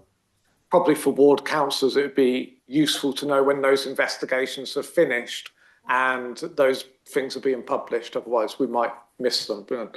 And as Simon has said, you know, some of these maybe seen repeat. That this year has obviously been quite a little bit different, but some of them will be repeat ones that maybe, you know, might be long-standing issues that we can finally give them some answers on. So yeah, that's a good point. I think we can let the relevant ward councillors know when they are in the particular area. Thank you very much. And I think Richard, you were going to come in as well. I think there was a final point from you. Yeah, very quickly, it was just about the funding. So there is a reserve that funds emergency planning events because we can't predict what they're going to cost. And we do have funding to do this, but clearly, you know, there will be conversations over the next couple of years about making sure that that reserve is topped up and that we can continue to respond to it. And the point that you made at the very beginning, Councillor Miles, about the regularity of these events means that, yeah, the money gets spent more regularly. So, yeah, but there is a reserve that does it, that covers it. Thank you. Now, I guess on behalf of everyone, thank you for all this information. It's been very, very insightful. Councillor Chapman, I think you've got a comment, and then we'll turn to the group if there are any recommendations from the committee. Thank you. So Councillor Chapman first. Thank you. I mean, given it's one of the council's responsibilities to protect people in times of floods, working with partners, I think I can assure the committee that were Richard and Andy to come forward and say, well, look, we need some more funds set aside as contingency to deal with X or Y because there's more flooding happening and it's more pronounced than before. I think that request would fall on very fertile ears, let's put it like that. I don't think Anna or myself would ever want to be in a position where after a major flood, we turn around and said, well, if we'd spent a bit more money on it, we would have saved a lot of properties or people's lives. That's not a place you can ever get yourself into. So I think the money would be spent and then the pieces would be picked up afterwards, frankly, because that's the nature of disasters and emergency reaction. You just don't have time to argue about £100 here and £1,000 there. You just got to get on and do the job. Thank you very much.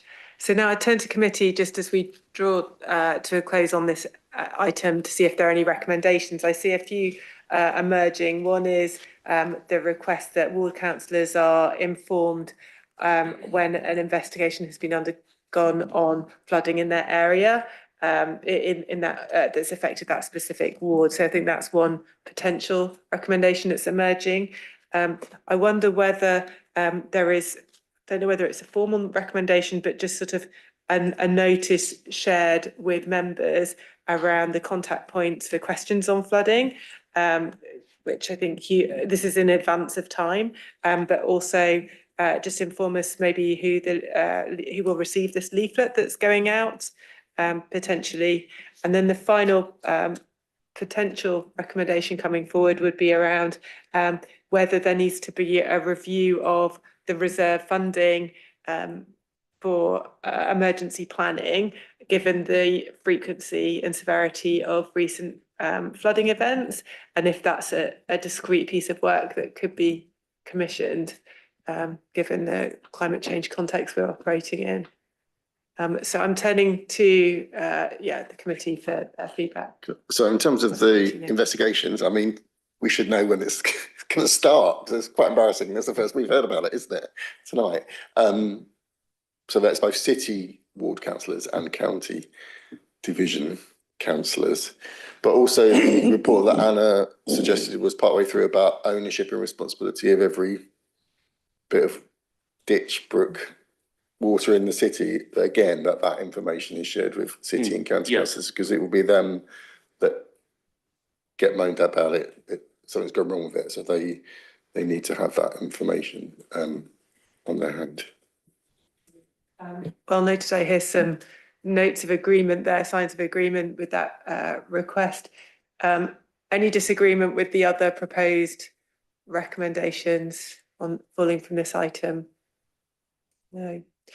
Maybe just to turn to officer, would it be feasible to do an analysis of potential increases that are needed for the funding of emergency planning events from the reserves? Is that something that would be useful to do? Richard speaking. Yes, I think it absolutely would. I mean, I keep an eye on the reserve, and when it's predicted to dip below a certain point, I need to talk to Anna and Nigel about that. We're not there yet, but that's certainly something that I would do as a matter of course. Thank you.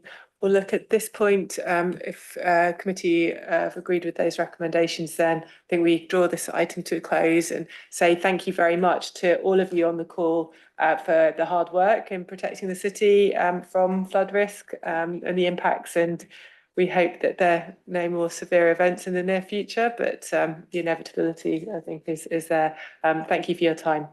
Thank you. Thank you. Okay. So we now move on to the more administrative items. Just to wrap up at the end of this meeting, we have a work plan before us, which is originally item number 5 in the agenda.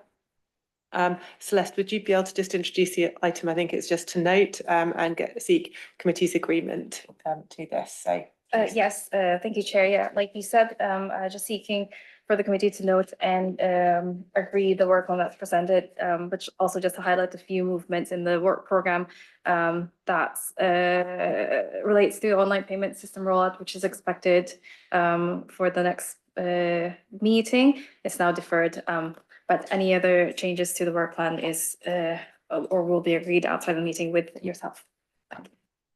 Thank you, Celeste. Any questions on the work plan? Any additional items anyone wants to put forward? No, thank you. Okay, then in which case we move back to the final main agenda item, which is very administrative, which is around the report back and recommendations from the previous committee. It was originally item number 6 in the agenda. It's now agenda item 11.